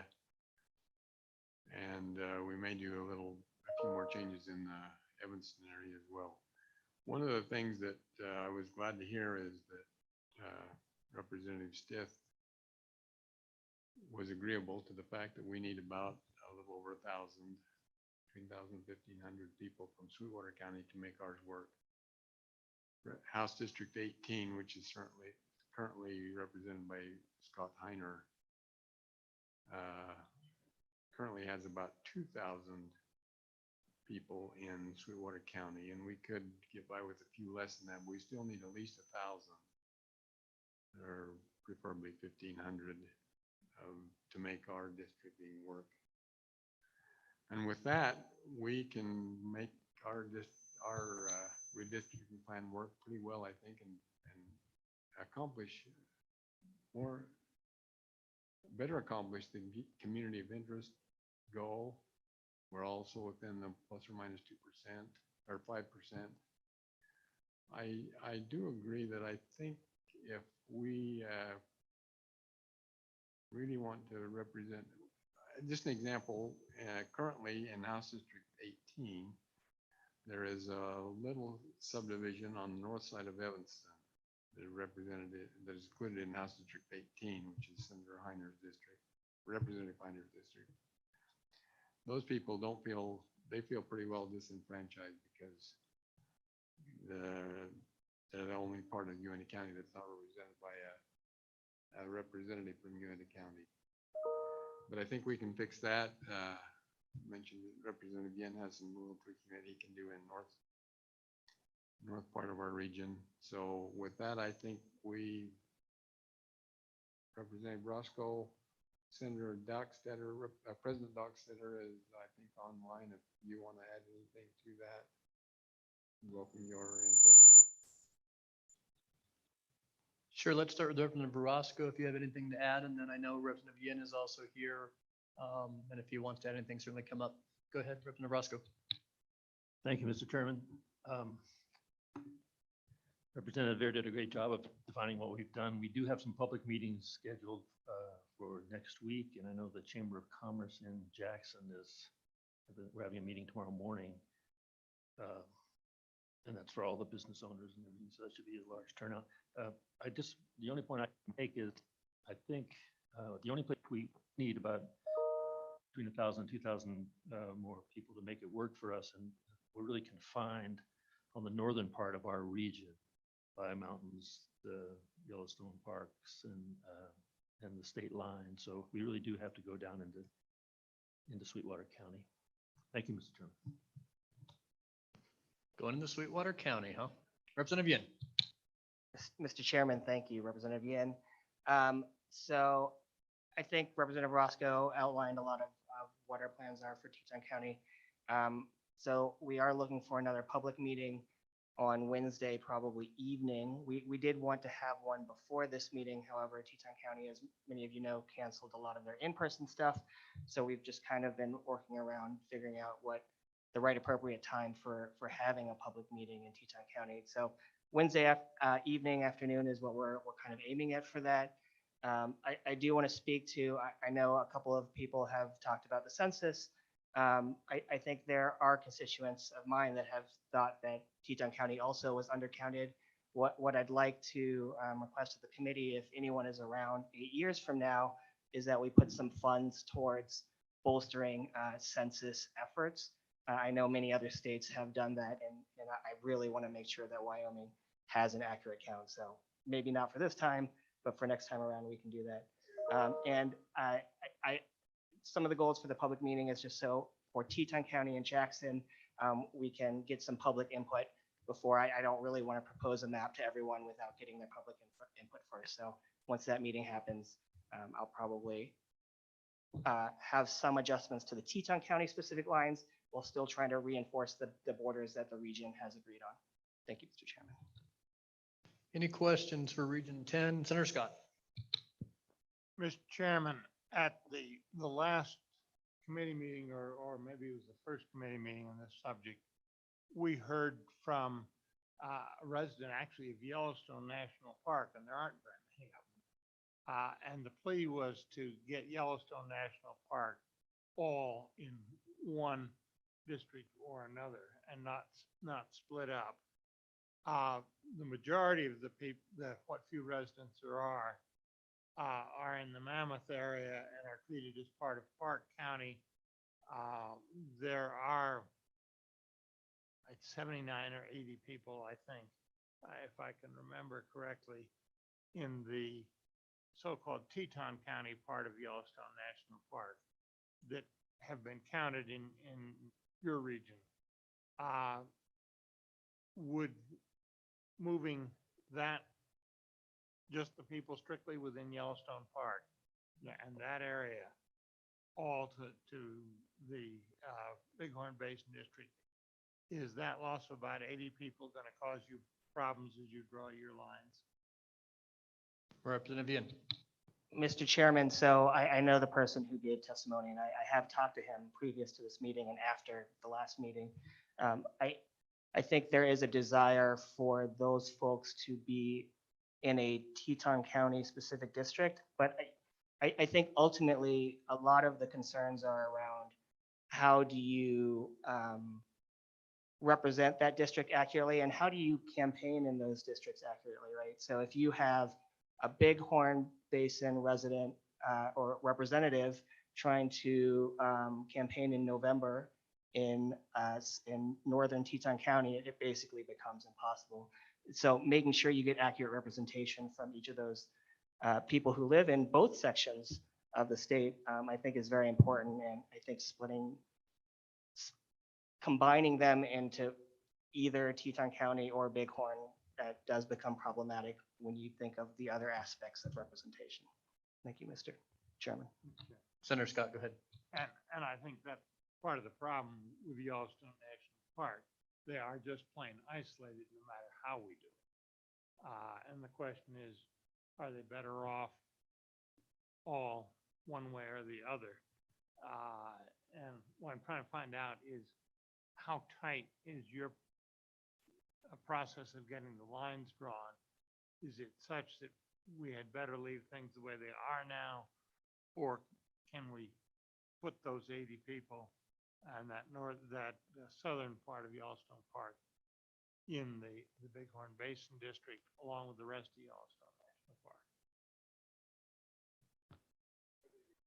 Mr. Chairman, Senator Scott, I think so. I think if you're solely thinking about the numbers will work out. But my preference, and I think the preferences of those in the park, wouldn't necessarily be for that situation to occur. Thank you, Mr. Chairman. Further questions regarding Region 10, Representative Roscoe? Thank you, Mr. Chairman. One thing I forgot to mention was that President Dockstetter and Majority Floor Leader Summers did request that we just throw out to the committee that we consider a 5-county plan, which would include Region 10 with Sweetwater County. So I just like people to think about that or have that on their plate. Thank you. And when Sweetwater goes to that region, then Carbon goes into Albany County. Just letting you know, Cap. Any other, Representative Bear? Maybe just to follow up to that comment, we could make that 5-county region work very well. It wouldn't be good for us. Regardless of whether we do that or not, the important fact is that we need to have at least around 1,200 people from Sweetwater County included in that strategic team. Mr. Chairman. You have the same issue about geographics from Teton all the way through Sublet. Fremont and Sublet can't easily share. There's no way over that mountain range. And so really at the bottom end of that region is where you're looking for population, primarily in Sweetwater County, because you can't draw into Fremont very easily unless it's the northern part of Jackson, I assume. Senator Scott.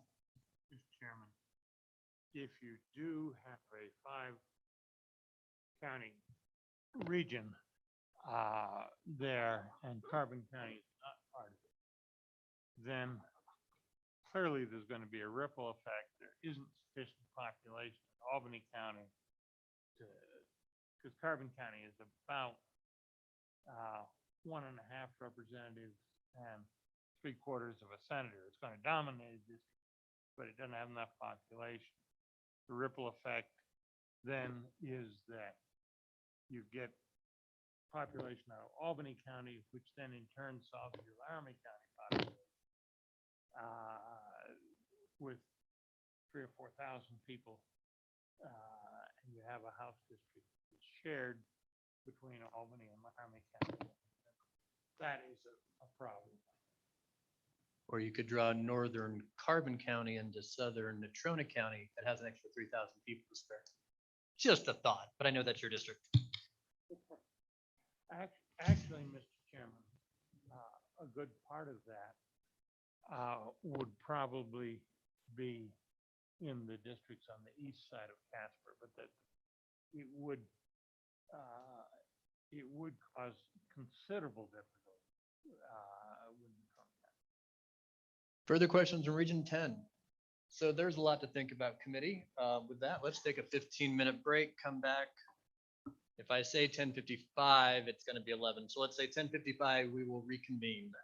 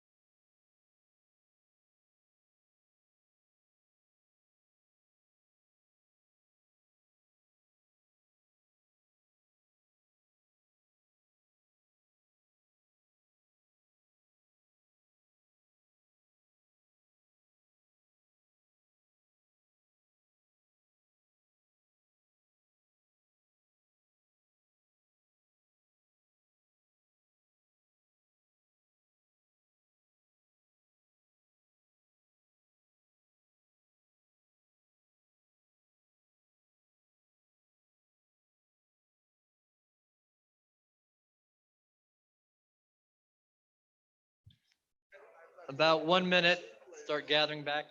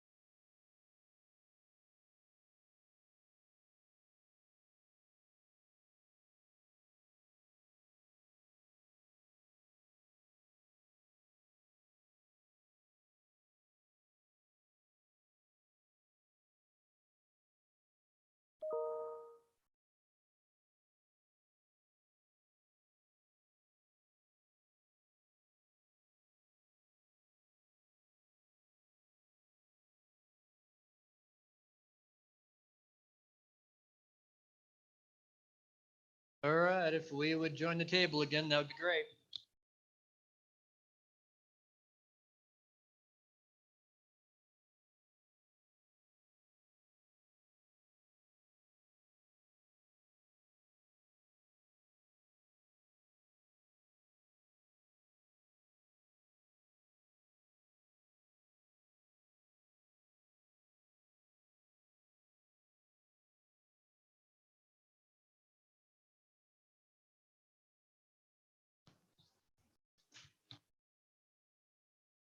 All right, committee, welcome back.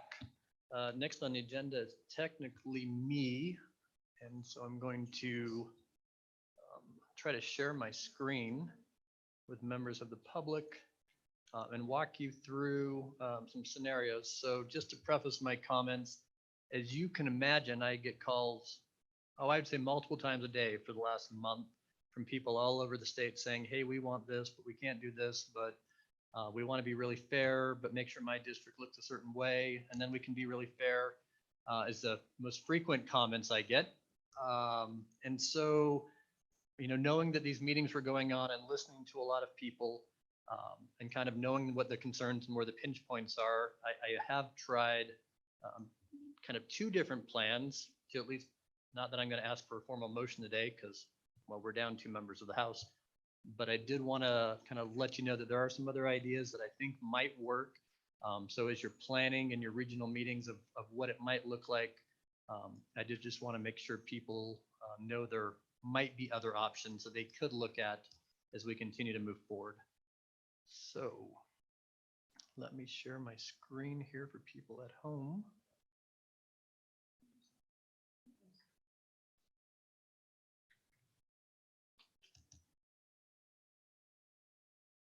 And that's not super big, I understand, for people watching here, but I bet for people at home, it's a little larger. And so first, committee, in keeping with the 60-30 plan that we have agreed to in guiding principles, and I would like to talk about a 56-28 plan, which I think fits better for a lot of the needs I keep hearing. But I did want to make you aware that we could have a kind of a further segmentation of our regions. And this is what it would generally look like. And I have a map as well. And I did send this out to the committee on your email, I don't know, about half an hour ago. But we could divide regions as such. And really, it's Albany County continues to stay a region. Yes. It's always possible. If I just go to Zoom and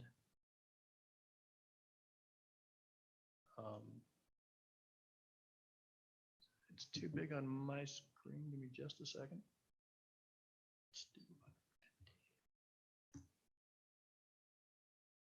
That might be about as good as I can get it, but I'll certainly talk about it, and I'll pull up a map here in just a second. But so this would keep Albany as one region. So this is still a 60-30 plan. And for the committee, you can see that I also have a 52, a 54, and a 60 alternative plan. But that alternative plan does put Washakie County in the Natrona, which I heard a lot of speak against today.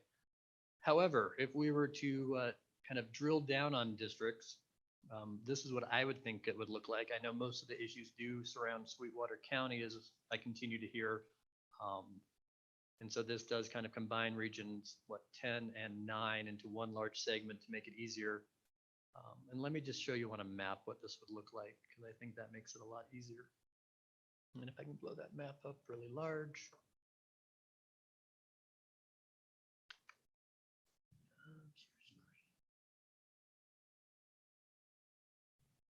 Still working on my sharing capabilities here. There. All right. So the primary thing when I looked at all the guiding principles, and I'm, as a chairman, trying to give plans that would make it work for the majority of our counties and really kind of keep to this concept of county representation along county lines as much as possible. Some immediate things kind of jump out to me. One is actually with the 60-30 plan, if you put Weston and Niobrara County in the same House district, it fits almost perfectly to have one representative that would represent Weston and Niobrara County. As you can guess, about 75% of that district would be in Weston, primarily guaranteeing Weston a legislative seat.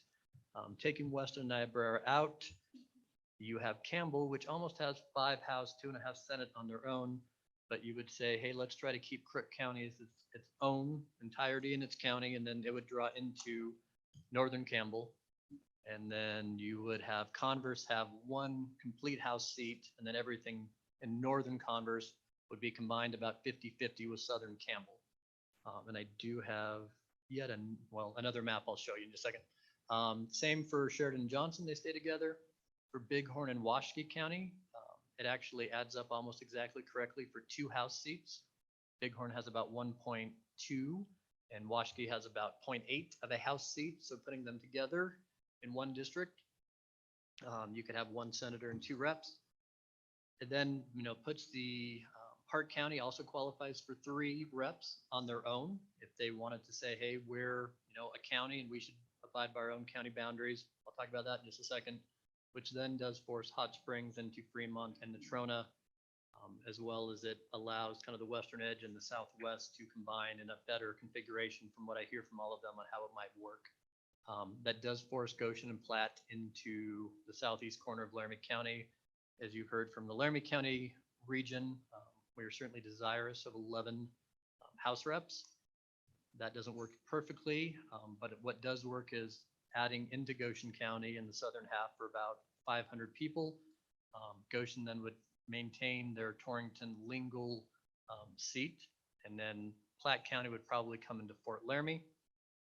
And let me give you an even better map of what this would probably look like, because I've done a lot of maps, as you can all imagine, as I know many of you have.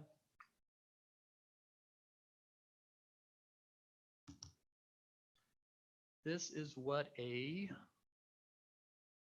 so all the white areas would be those blocks I shared. So Sheridan Johnson would have their 4 House, 2 Senate. Washakie Bighorn would have 1 Senate, 2 House. Albany, Weston, Niobrara controlled. But to zoom in, what it would primarily look like, and this isn't perfect, right? This is just kind of a very big abstract, is Laramie County would pull into the southern part of Goshen. Platte County would pull into probably Fort Laramie and perhaps a northern part of Goshen as well, and then Goshen would continue to have the majority of all of Torrington, Lingle, Huntley, probably Yoder, in one legislative district. What that does is force Crook County up here into northern Campbell. It's probably not that sizable, but these are the block groups. And then it also creates basically a 50-50% of southern Campbell County and northern Converse County. And so I would just call the Thunder Basin seat, and it would, be a 50-50 chance for either of those counties. Because I do think if we're going to split counties, doing so where both counties would have an equal chance of representation. If a legislator resigned, you would, have a fair shot between the county commissioners. What else it does is you can see, Cody, again, I would tell you it qualifies for 3 House seats. It basically says, Hot Springs, even though you're in the basin, we got to draw you somewhere. And so it would basically necessitate a draw into Fremont. Under this plan, Fremont County would keep their 4 House seats and 2 Senate seats whole and have a draw into western Natrona.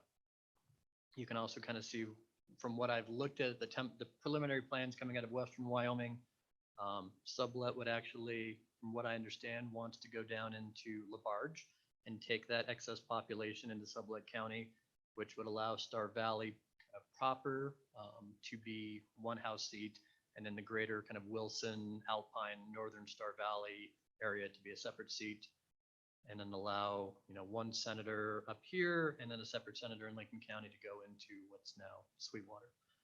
This would then still, you can flip these 2 around. Either northern Carbon could be drawn into eastern Sweetwater or southern Carbon. And so the white area is either like the 8 seats, 7 House seats in Casper, and 8 seats, so you can kind of see where the measurement is. And that's primarily, what the map that I would propose would look like. I think it works for the majority of counties. I also have a Senate poll there you can see of what it would look like for Senate districts. Right, so you would probably have 1 senator in the greater Bighorn, Washakie area, and then 1 senator for 2 of the House seats in Park County. The 3rd House seat in Park County would go into Hot Springs and down kind of into picking up about 700 people, 600 people in west Natrona. It would still then assure 2 Senate seats in Fremont. And I don't know, my screen versus this screen, I'm trying to make it work for everybody, but it would draw a Senate district then for Sublet, southern Lincoln and northwest Sweetwater. And so you can see that Laramie would have kind of a metro Senate seat and then a rural Senate seat. And it would then combine a Senate seat for the Torrington area and then all of Goshen with eastern Laramie County. So it's about 0.65% Goshen controlled, 0.35 Laramie County controlled for that Senate seat. And so I just wanted to make the committee aware that as you're drawing plans, there is a really good 60-30, depending on what you want to do with the basin. I think this is the most, fair plan that incorporates the largest number of counties being able to separate themselves in a 60-30 plan. You might get a Thunder Basin Senate seat, depending how this gets drawn. Northern, if you take Crook County, you could certainly draw the Senate seat down into western Niobrara, or you could keep it up north and then have kind of the greater right northern Converse area. So I want people to be aware that that is an alternate 60-30 plan. If that's something anyone is interested in, certainly happy to send that to you. And you can draw it much better than I can on that map. I'll put it back up one more time, just so y'all get a feel of kind of what it looks like if you can block out some county regions, primarily the Bighorn Washakie area and the Washakie Niobrara or western Niobrara. That at least allows better fit with what I believe are the guiding principles. So thank you for indulging me on that alternative 60-30 plan. And then I do just want to bring up what I think actually meets concerns to an even greater degree, which is a 56-28 plan. I'll try to zoom this in. This, when I look at county boundaries, actually seems to fit better for the majority of the state. And I'll just walk you through it. Let me start at the bottom. This would give Laramie County 10 House seats. We wouldn't have to draw outside of Laramie County. It would give Fremont County, they fall in deviation of 4 House seats, 2 Senate, wouldn't have to draw outside of Fremont. Uinta and Sweetwater County, it's the same. So if you're in Sweetwater County, I'm guessing you're gonna like this plan more than being cut up 5 different ways. It allows you to draw 4 House and 2 Senate within your boundaries. The bad parts of this plan, you would have to include Natrona and Converse, and they would probably share a Senate district. Goshen and Platte would, be 1 Senate district with 2 House members. Sheridan, Johnson are the same. This would allow Crook, Campbell, Niobrara, and Weston into a district for a 6 House, 3 Senate area, and then further shrink the sublet Teton Lincoln area to 5 House, 2.5. What this plan ultimately does and why I really think it's the best way to go, going down to 56-28 allows the Bighorn Basin to have exactly 5 House seats.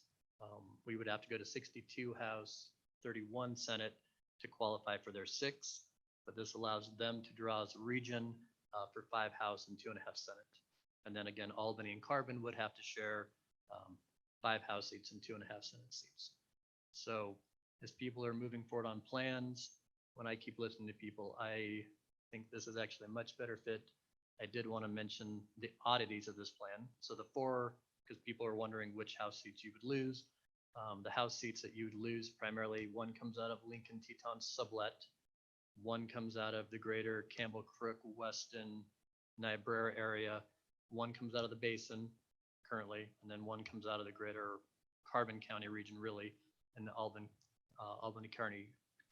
Carbon split.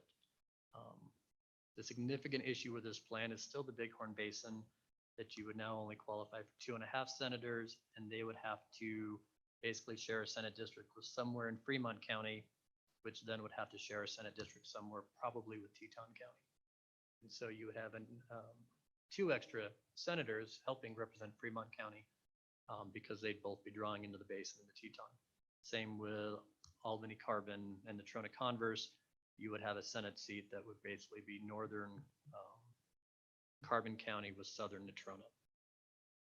I know that doesn't always work for the Senate, but I do think this fits county lines completely, much more tight, compact, without having to draw over, and you'd have the same number of regions and not the issues that I think we're about to have as we proceed. So committee, I've sent those 2 plans to you, along with the 52 and 54. If anybody else in the audience or media certainly wants them, happy to share.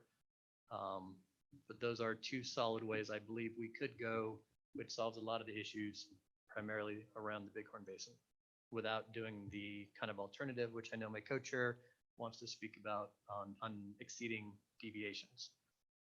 So thank you for letting me have my 10 minutes. I'd certainly be happy to entertain any questions members of the committee have for me. Representative Duncan. Thank you, Mr. Chairman. On your 52 plan, I think it was 52, right? 56. The box on the right, those numbers going down, those are the final numbers? These would be the number of House seats in each county. Okay. So if I did it correctly, watch my math not be correct, but that should hopefully come up to 56. Okay. Yeah. That's just what I just wanted to clarify. And so that would basically necessitate Platte and Goshen being conjoined and having 1 senator represent those 2 counties. And whether your county clerks find that to be more or less fair, I do think it better follows what I believe are the guiding principles of trying to block out as many counties as possible to not have to share boundaries. And where we do have to share between counties, I've tried to make it where it's a 50-50 even split. So either side of that county line would have a decent shot at that legislative seat. Quick follow-up, Mr. Sure. Chairman. So that makes 4 House seats would have to disappear, correct? 4 House seats and 2 Senate seats, yes. Okay, so do we know based on this, which of those are? So the 4 House seats, I can't tell you specifically depending how we draw, but they would be in these 4 areas. So 1 is in the greater Bighorn Basin area. 1 is primarily the loss in Carbon County. They've lost Oh, okay. You've about got 'em 18%. highlighted. Okay. Yep. Okay. And then the other one really comes from kind of Campbell Weston. And then the last one really is Representative Roscoe's district. In my mind, the huge loss of Sublette County, losing 1,400 people with a lower number of House seats. That's where the last seat comes from. Any other questions? Senator Scott. Mr. Chairman, I really can't comment in any detail, having only just seen it, and I mostly can't read what's there. So my sense is that it doesn't work for the Senate and would be very difficult to pass in the Senate. And that I think it would also disrupt the work that has already been done on the regional plan that we adopted. And we wish we had more time, but we don't, because these people didn't give us the numbers in a timely fashion. And they had their problems, as we all know, with COVID. Having said that, I would request a copy. I did email the committee, and I do agree it is, it's not completely Senate friendly when it comes to districts. And I was looking today that only 14 states require nesting. The vast majority of states do not have a nested House districts and Senate districts. And so not that I'm ready to explore that option completely, but I did believe a lot more states utilize nesting, but most states have a separate House map from a Senate map altogether. And so while I think this certainly works for House seats better, I did include that alternate 60-30 plan, which I think also works very well, but it does put Niagara and Weston in one seat and guarantees them a representative and forces Platte and Goshen into Laramie County's district. One thing I did want to mention on the seat that would be the Hot Springs Lower Basin area. Park County does qualify for their own 3 legislators, but if they did want to share Meeteetse, let's say, with Hot Springs, we could draw it through Shoshone into Western Natrona, and it would be an odd-shaped district, but not any more odd-shaped than House District 28 is now. And so that still is the ultimate issue, but this would be much friendlier to the Senate and allow, I think, some greater drawing, especially for Southwest Wyoming when it comes to Sweetwater County. Any other questions? So those are some options, committee, if you want to pursue them. Otherwise, I would turn it over to my co-chairman to discuss deviation changes. Thank you, Mr. Co-Chair. I think I pretty well covered it. We're running behind anyway, but I think it's pretty clear that, and I'll pursue it further as we go along, but there is a strong precedent if you have good reason to go outside of deviations. And I think Wyoming particularly has that when we look at the basin, but we have it in other areas. One thought that came up, and I hope Senator Scott's all right with me talking about this, is the possibility of maybe going on the May ballot and letting some of these areas that are off, i.e. 477 people in, I'll use our region, for example, we could literally put on the ballot, would you rather be represented by a representative from your county, realizing it puts it out of deviation, or be represented by a representative out of another county? That would give us really strong standing, because one man, one vote would be, they have voted for what they want. I think that in particular is a great idea. But I feel strongly, I've looked closely at a lot of the court cases and otherwise, and nearly all of them, if you look at the Tennessee and the Kentucky examples, those are gerrymandering cases. Those are cases where they clearly either tried to fence out Democrats or fence in other people. A big majority of the cases that are in that 12, 14% or less that have given a good reason, they generally don't get challenged. And I think we're there. The regions is presented, the 9 regions, the furthest one off, I believe, was the basin at around 7%. So we're not a long ways out on that, just the way we stand. And I think there's real reason, the one thing I can tell you is I travel the state a lot. The one thing I hear, and we heard it at these meetings clearly, when they had the district meetings, the counties want to be as whole as they possibly can. When you, doesn't matter what region we talk about, when they had the meetings, other than one down in the western side of the state, everyone else has said, look, we'd like to be represented in our county lines. I feel strongly about it and I'll continue to push that. And we're actually trying to draft a bill. When you get to the court cases, the constitutions that have county lines is a priority in them, which Wyoming does. And if we add a bill with it, it really gives us good standing to say that our voters do respect and wish to honor county lines to the highest extent possible. So with that, I'd stand for questions, Mr. Co-Chair. Senator Scott. Mr. Chairman, a couple points.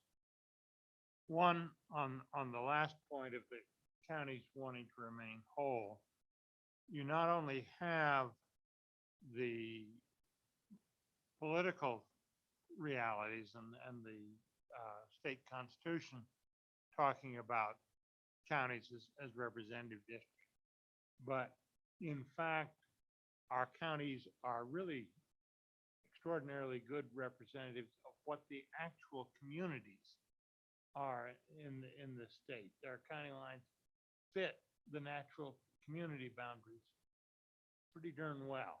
And I think that's probably as important in terms of the quality of representation as anything else. The other side of the question you have, would the people who are being shifted to some other county, would they want to stay with their home county and be overrepresented? The other half of that question is, take your example, you put some of the people in, the people in southern Campbell County, you want to be represented by somebody from Douglas, or do you want to be represented by somebody from Gillette? Right, basically, you look at the other half of that, the Gillette district that would get the extra people, you're diluting the vote of every one of those people that lives in that whole district. And you have to think about that and how, I think their reaction is, yeah, we'd still rather be whole in our own communities, but it is something you have to think about in that it's not just the small group, but it's the larger group in the district too that gets their influence somewhat diluted. So, because I think that would come up when you had a court case. The disadvantage of going to the larger deviations is you lose the presumption of constitutionality and you run the risk of losing a court case. And that is, I think, somewhat unpredictable as to how that would turn out in the long run. How the court would react is not 100% clear to me. So maybe some of the real lawyers involved could weigh in on that.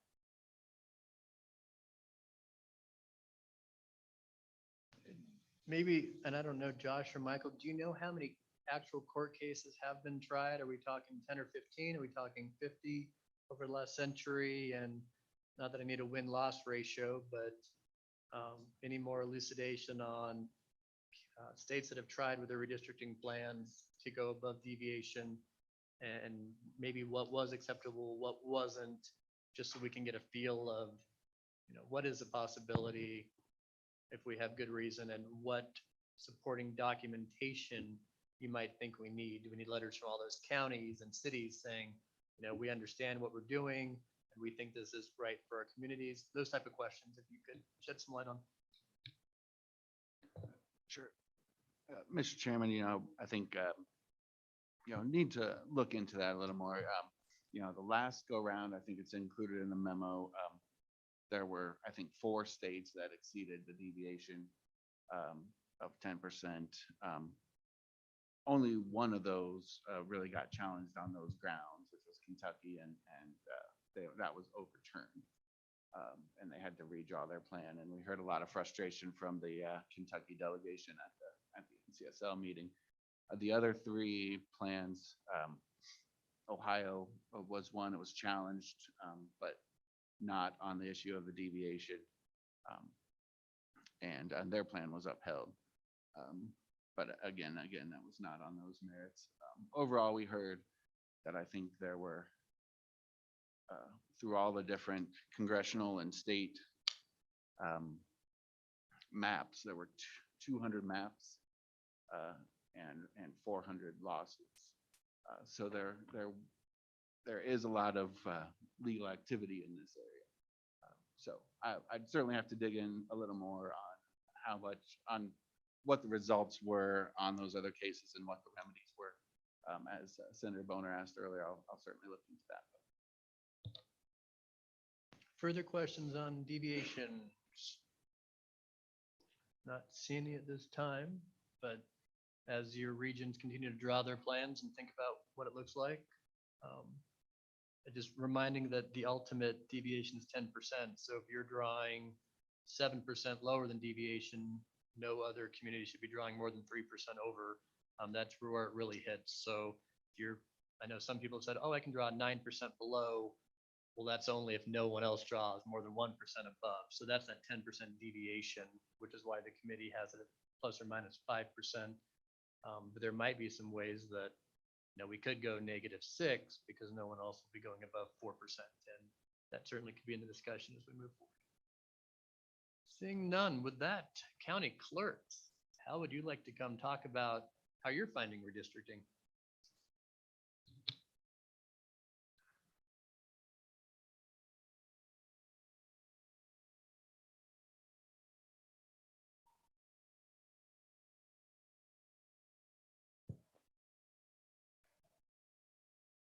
Good morning, Mr. Chairman and committee. I'm Mary Langford, and I have the honor of representing the county clerks of the state of Wyoming. And we do have several in the room. We've had several that have come and gone this morning because they've got commitments at home. So they send their greetings. They're busy, as you know. I just wanted to give you an update on what's happened since we met in Sheridan a few weeks ago. The county clerks have been participating in the regional meetings where they've been held, and are assisting in getting ready for some of those regional meetings where they haven't been held or where they're continuing to have other meetings. We've engaged some technical assistance from Greenwood Mapping, from staff, David it's the GIS staff in Laramie County, as well as the help of the LSO to help us. With the regional plans, the clerks anticipate that they will be reconciling proposed boundaries as opposed to developing a whole statewide plan as they did 10 years ago. So once we see the lines, they can work with the movement of those lines to reconcile splits and any issues that would hinder the administration of election. And so with that, we're waiting to see the maps, and as everyone else is, and we'll continue and get to work here in the next couple months to be able to try to meet your deadline to be ready to go to legislature this winter. And of course, we're always concerned about election administration. And I'd be happy to stand for any questions. That's where we're at right now. Clerks are available and happy to help. Senator Scott, go ahead. Mr. Chairman, comment. I'm very much appreciative of the clerk's efforts on the developing of the maps. The ones we got in Trona County out of the state system were virtually impossible to use. I could not tell which house district was adjacent to which house district. And I understand that the GIS system up there, and I don't know whether they're using the clerk's mapping or whether she's independently using the county GIS system, we believe will be much easier to actually visualize where the district boundaries are and to match the boundaries we draw with how the streets and roads run, so we can explain to people which district do you actually live in? Because that has been a problem before the last redistricting, where the county clerk had drawn our districts to be much more understandable. So Mr. Chairman, really, I thank you to the clerks for working on that part. Mr. Chairman, Senator Scott, and thank you for that. As you know, we had advised you that we do have GIS in-house in every county. It's used for assessment, for a number of other things. And so the technology is much better than what we had 10 years ago. And as well as working with the LSO and the information and the mappings, and the census information that we get there, I think it's much better than it was before, and they're able to give that specific information to make it easier for you to deal with your constituents. So, thank you. Further questions, Senator Case? Mr. Chairman, perhaps related, our folks in Fremont County, and maybe you all got the same inquiry as well from our own LSO about the participation of Mr. Rich Greenwood. He's asked to be kept in the loop, and just trying to understand what that really means. And I'd heard from Mr. Schwenk on this issue, and I thought it was something we could bring up, what being kept in the loop means, and whether this committee condones that, or, I know it sounds pretty harmless, and Senator Scott loves all the clerk's pieces better, but I guess I'm trying to understand, is this a level of access that we're not letting others have? And so I'm just trying to understand that. Sorry about the feedback. Maybe Mr. Swank could help us out too. Go ahead, Ms. Langford, and then I'm sure Michael can jump in. Mr. Chairman and Senator Case, as we did 10 years ago, the Clerks Association did hire Greenwood Mapping to help us. Yep. Okay. Is that better? Okay.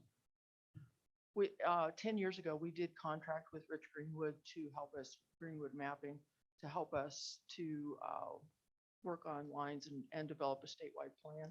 And we've got that help from him for the west side of the state. Laramie County's helping with the east side of the state. And I believe his in the loop comment, which I'm sure Mr. Swank can respond to as well, is that the information that he's working with LSO and back and forth, just to make it easier for everyone and to provide the information that everyone needs. Mr. Swing, any comments? Mr. Chairman, we at LSO have been keeping Mr. Greenwood in the loop about like the census data release and providing that information. The inquiry that we had that I sent was to 4 specific regions that were requested, that Mr. Greenwood requested to be kind of kept, his words were kept in the loop regarding redistricting. It was very generalized. The reason why I sent the inquiry to those regional liaisons was that obviously at different points in this process, there's formal public meetings, there's informal meetings between legislators that are associated with each region. And while I don't think there's any intention of keeping anyone in the dark, it's just a matter of Mr. Greenwood has a formal contract with the Clerks Association and not with the LSO or the legislature. So in kind of keeping with our traditional, legislative LSO confidentiality or concern about all the discussions that are kind of happening all over the state, I just wanted to make sure that the liaisons were kept in the loop about that inquiry. But there was just kind of a public notice to them, and no real action has been taken thus far. Okay. Further questions to the clerks? They're probably going to run the afternoon, but Senator Case, you want one now? I want to commend our LSO staff for kind of bringing that to our attention. Something we think about a little bit more. It sounds good enough, but I really do appreciate you bringing that to our attention. With that, we'll get you off the hot seat, Ms. Langford. Go ahead. Thank you very much. Appreciate it. guess right now, there's any other county clerk, because I know there are 6 of you here that wishes to testify about your county or things going on, certainly welcome you. If not, we're going to go right into public comment for the next 45 minutes about, oh, I didn't look at what. Let me double check to make sure there are no clerks in the way. Seeing none. So with that, let's just go into general public comment from all over Wyoming. I'll bring someone in the room as well, but let's just start. If you guys want to go left to right, Mr. Mueller, Mr. Naaman, anyone public comment, anyone over there, public comment on redistricting or what they'd like to see. Everybody's on their phone or their computer. Nobody wants to talk. Mr. Slagle, come on down.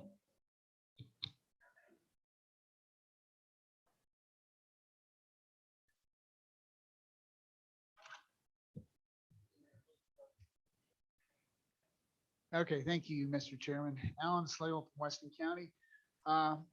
As was mentioned earlier, Representative Hans resigned from his position at House District 2, being vice chairman on Weston County Central Committee.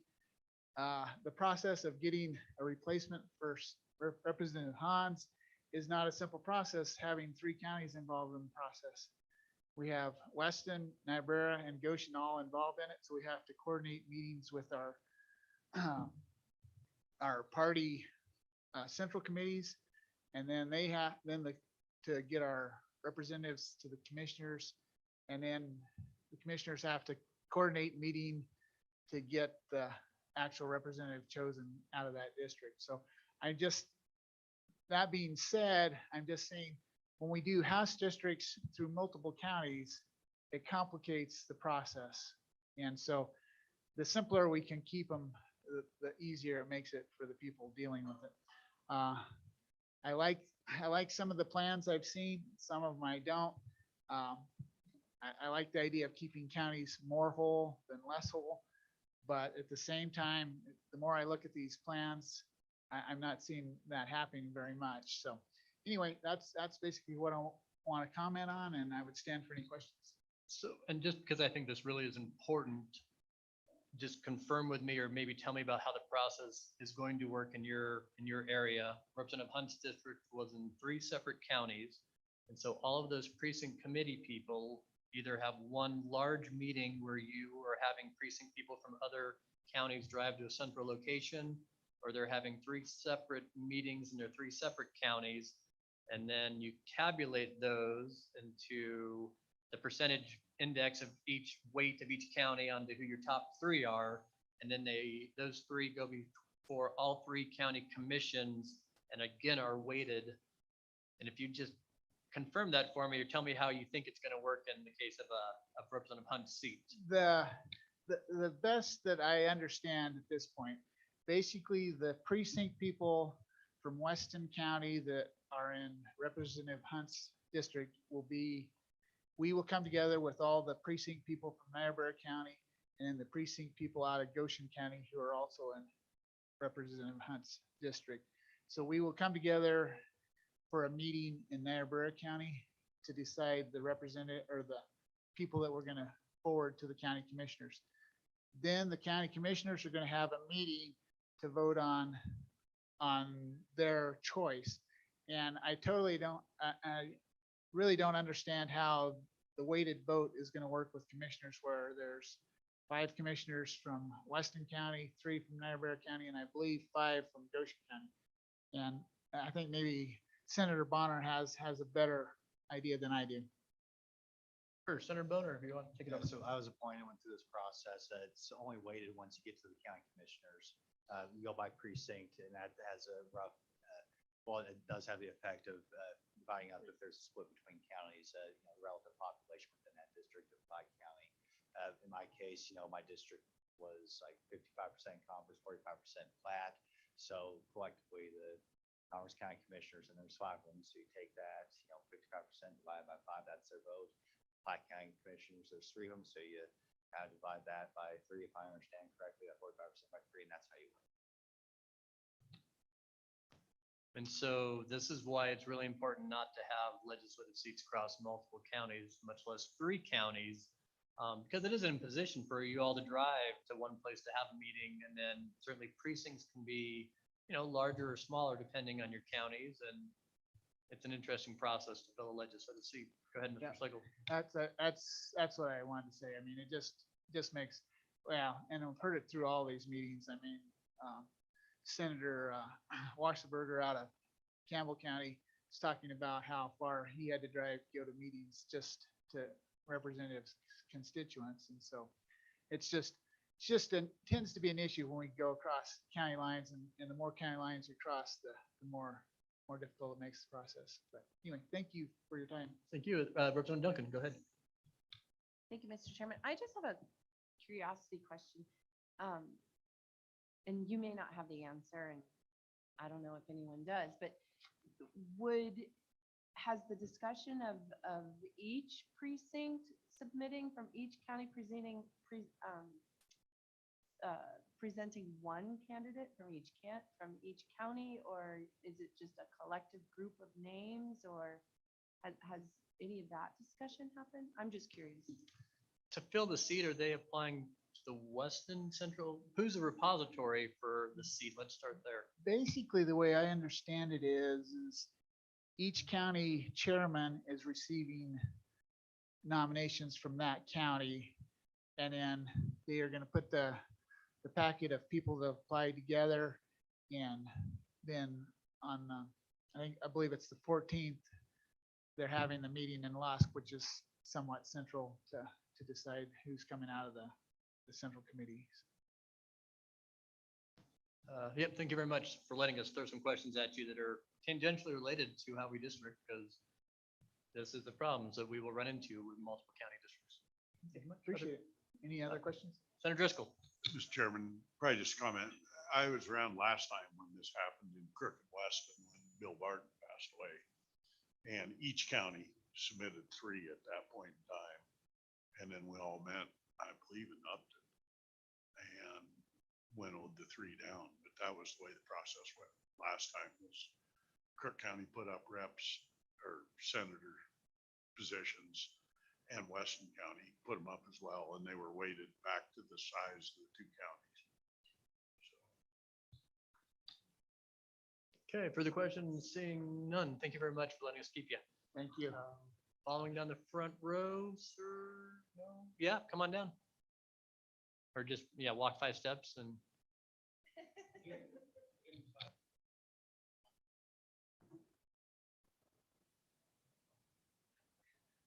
Good morning, committee. Mr. Chairman, my name's Colt Rodeman. I'm here with the Converse County Republican Party. One thing that we were wanting to suggest is the simpler you can keep it, the better off we're going to be. So once the first map that I seen had Converse County in with a lot of other counties, and you just heard what that is. I mean, it gets quite difficult if there's a vacancy to fill and stuff like that.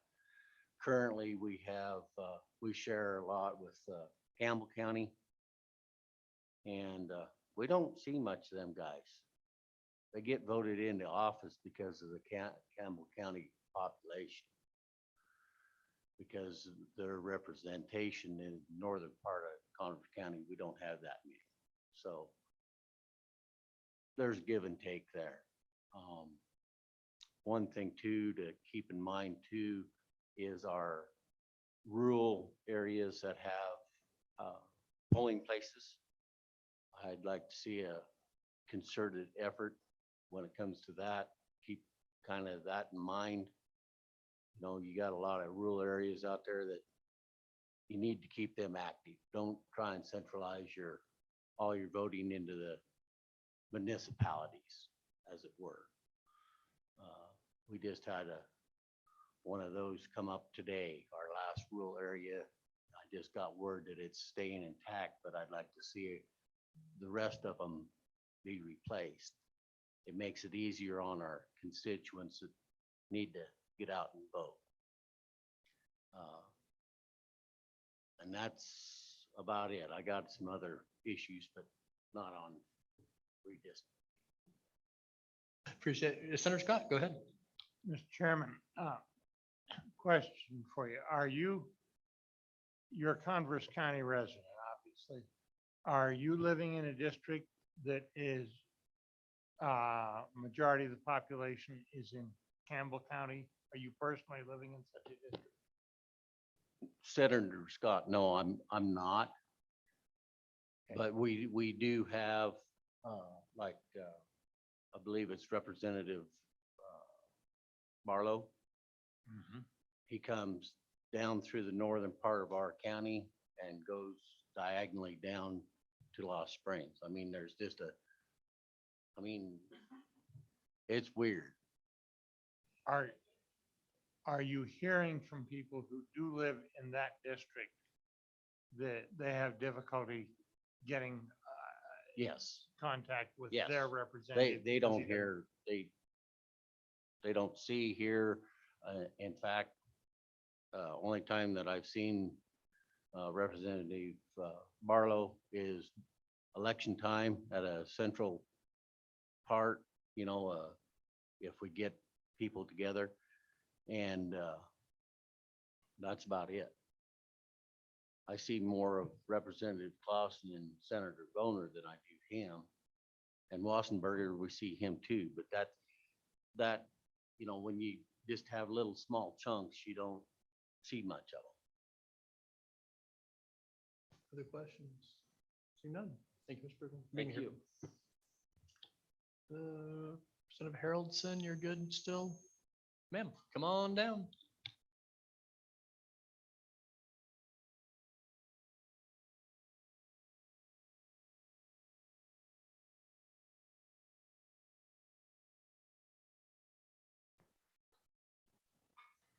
Mr. Chairman, Mr. Co-Chairman, members of the committee. Hi, I'm Joyce Evans. I'm the mayor of Fort Laramie, and I appreciate that we had a meeting in Fort Laramie. And I took it upon myself to do a bit of an unscientific survey and gain some information that I think might be helpful to you. So I went to people in their place of work, in their houses, and I spent yesterday afternoon in the bar. So this is real information.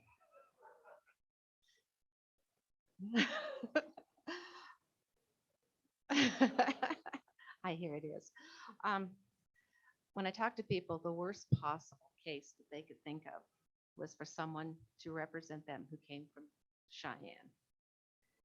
And so I understood that, but I questioned them a little bit more and I said, well, what if someone from a rural part of Laramie County where you represented? Well, that might be okay. So it's more of an urban versus rural concern that people have. They feel that they are not represented by someone who doesn't understand them.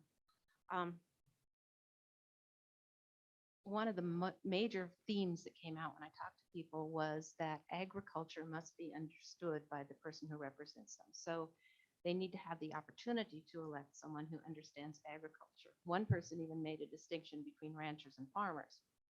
Now, the people at the Fort Laramie meeting were almost exclusively ranchers from the northern part of the county, and they align naturally with people from Niobrara County because they have the same economic basis and they live in close to the same area. When you get closer to Fort Laramie, and I realize this is stretching geography for you, those of you who don't know that minute little corner of Goshen County, but we become mostly farmers. And the farmers travel down the Platte River corridor and under the canal system. So those people are much more closely linked with the rest of Goshen County and the farming community. It is very important that we have rural representation. Rural areas need rural representation. And it is also agreed among all the people that people who represent us need to have a connection with the districts they represent. One of my constituents stated, quote, "People are entitled to a vote and they need to be represented by someone who has contact with their district." So the next question I asked people was about keeping Goshen County whole. And I have to, even though I hate to, I have to report that that was kind of a mixed reaction. Opinions pretty evenly divided. Some people feel it's very important to have the same representation as the rest of the county. And some people say, well, Torrington just looks out for itself, so what does it matter? I honestly think that's a relatively uninformed opinion, but it is an opinion that's out there. So in rural areas, regardless of the population numbers in the district, one person, one vote doesn't work if the representative is removed too far, either economically or philosophically, from the people they represent. I think that's something that you need to keep in mind, and it's really, really hard to see that on a map. Districts have to have commonalities, be they economic or philosophical or social commonalities. And another theme that came up, unfortunately, is the feeling, how people feel about if they're represented by the people who represent them in Cheyenne. Most of them feel very remote from their representatives and senators. They feel their needs are neglected in favor of the more populated areas. Now, I will add that they don't feel it's their duty to go forth and contact you. Apparently, you are supposed to come to them, but that's how they feel. So those are the themes that emerged from my conversation with my community. And since I have you as a captive audience, I'm going to go ahead and give you my personal opinions now. So you have to sit through those too. It's my fervent held belief that we must keep counties together. And I have worked the last 8 years in the town of Fort Laramie, trying to make Fort Laramie feel like a vital part of Goshen County. And that obviously from my conversation with people, I haven't quite gotten there yet, but I'm still working on it. I volunteer on committees that are countywide. I try to bring the county to Fort Laramie as much as possible and Fort Laramie to the county. In my mind, if I had a different political representative in Cheyenne than the rest of the county, that's just another line. That's not healthy. That's counterproductive to what I'm trying to do. So my plea is, please keep us as a part of Goshen County, or at least the Platte River corridor. And I know a lot of my constituents feel that the representative has to understand them fully. I don't feel that way so much. What I feel is I need to have a person who represents me in listening to me, in being willing to hear my arguments, and to make their vote represent what I think if I offer a compelling argument. I worry very much about people who vote the same way every time without researching and understanding the problems. So I thank you for your time. Do you have any questions about my scientific survey? Question to the mayor. But how many, we're talking what, about 400 people in the greater Fort Laramie area? Well, about 200 on a good day. That's in your actual town of Fort Laramie, Yes, right? in the And actual then- town. And we have probably another 200 people in the greater Fort Laramie zip code.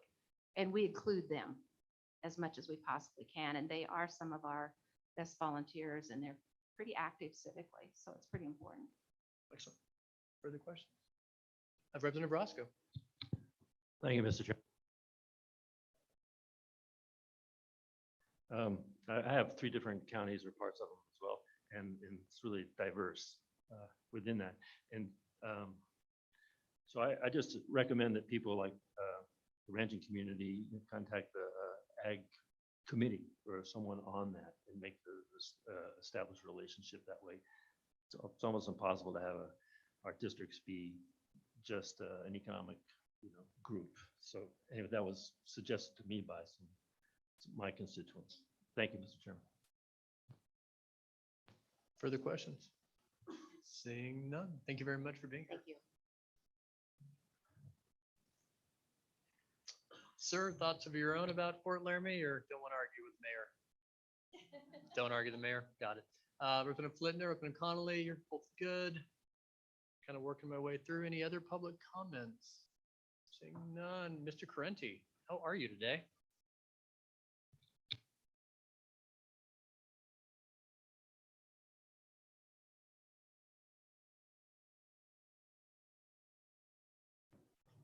Thank you, Mr. Chairman. Committee members, Joey Correnti, Wyoming Republican Party co-chair of the Redistricting Committee. Appeared before you a few times. Our initial meeting, my first testimony, kind of aligns with a lot of the things that we're now hearing from testimony from the public. A lot of the comments that I'm hearing from the representatives of each of the regions that you've set up and some of the members of the committee themselves. And I really appreciate the effort that's gone into that. I know it's a lot of work, and I know I probably don't know how much work it probably is. But I'm going to reiterate the ask that I've had every time we've had a meeting, as we're hearing from the people saying county lines are as important as they are. And our Constitution and I think that's Article 3, Section 3. I'm not sure, I'm a little off on that, but the way we redistrict has specific language that has been granted judicial relief. But we're asking that if we're going to continue to embrace that judicial relief, that a resolution be drafted to amend the Constitution to reflect that language. I just believe it's the right thing to do. It's what the committee wants to push for, as long as, we're understanding that you're constrained and can't do the county lines ask that the party has. Then let's put it in the Constitution to show why. So at least we can take that argument away from the party and make it a legitimate process.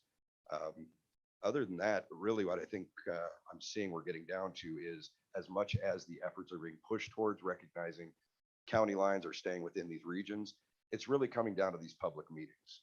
And what's going to come out of these public meetings, I don't believe, I'm in a situation with Sweetwater Carbon where something's definitely going to happen on the west side of Sweetwater County. It's probably not going to stay in the Sweetwater County block. But if the people who show up and work with their legislators and their clerks, agree that that's what's going to happen, and kind of, the way it's going to work, as long as you have the support of the people, I don't think you're going to have much argument from our side. The committee and the plans have really come a long way into the initial ask that my committee had. So I do appreciate that, and hope that these voices that come out of these meetings can be quantified, and not just, hey, we had 10 people show up and this is what we came up with. But if there's any additional assistance that the party can offer in coordinating these meetings and making sure that we're really reaching out and getting true stakeholders, which are the voters and the residents themselves, to be at these meetings, to be involved, we'd love to assist. And I guess other than that, it's just a very interesting process. I don't envy the LSO for all the work they have to do, for all the good ideas that we, the people, bring you as a committee and ask them to look into. And with that, I'll stand for any questions. Questions for Mr. Krenti? Not seen you today. Thanks, Chair. Other public comment in the back row? Other public comment at all before lunch? Not seeing any. So with that, committee, let's recess till, is it 1:30, 1:15? I should know my agenda better since I wrote it.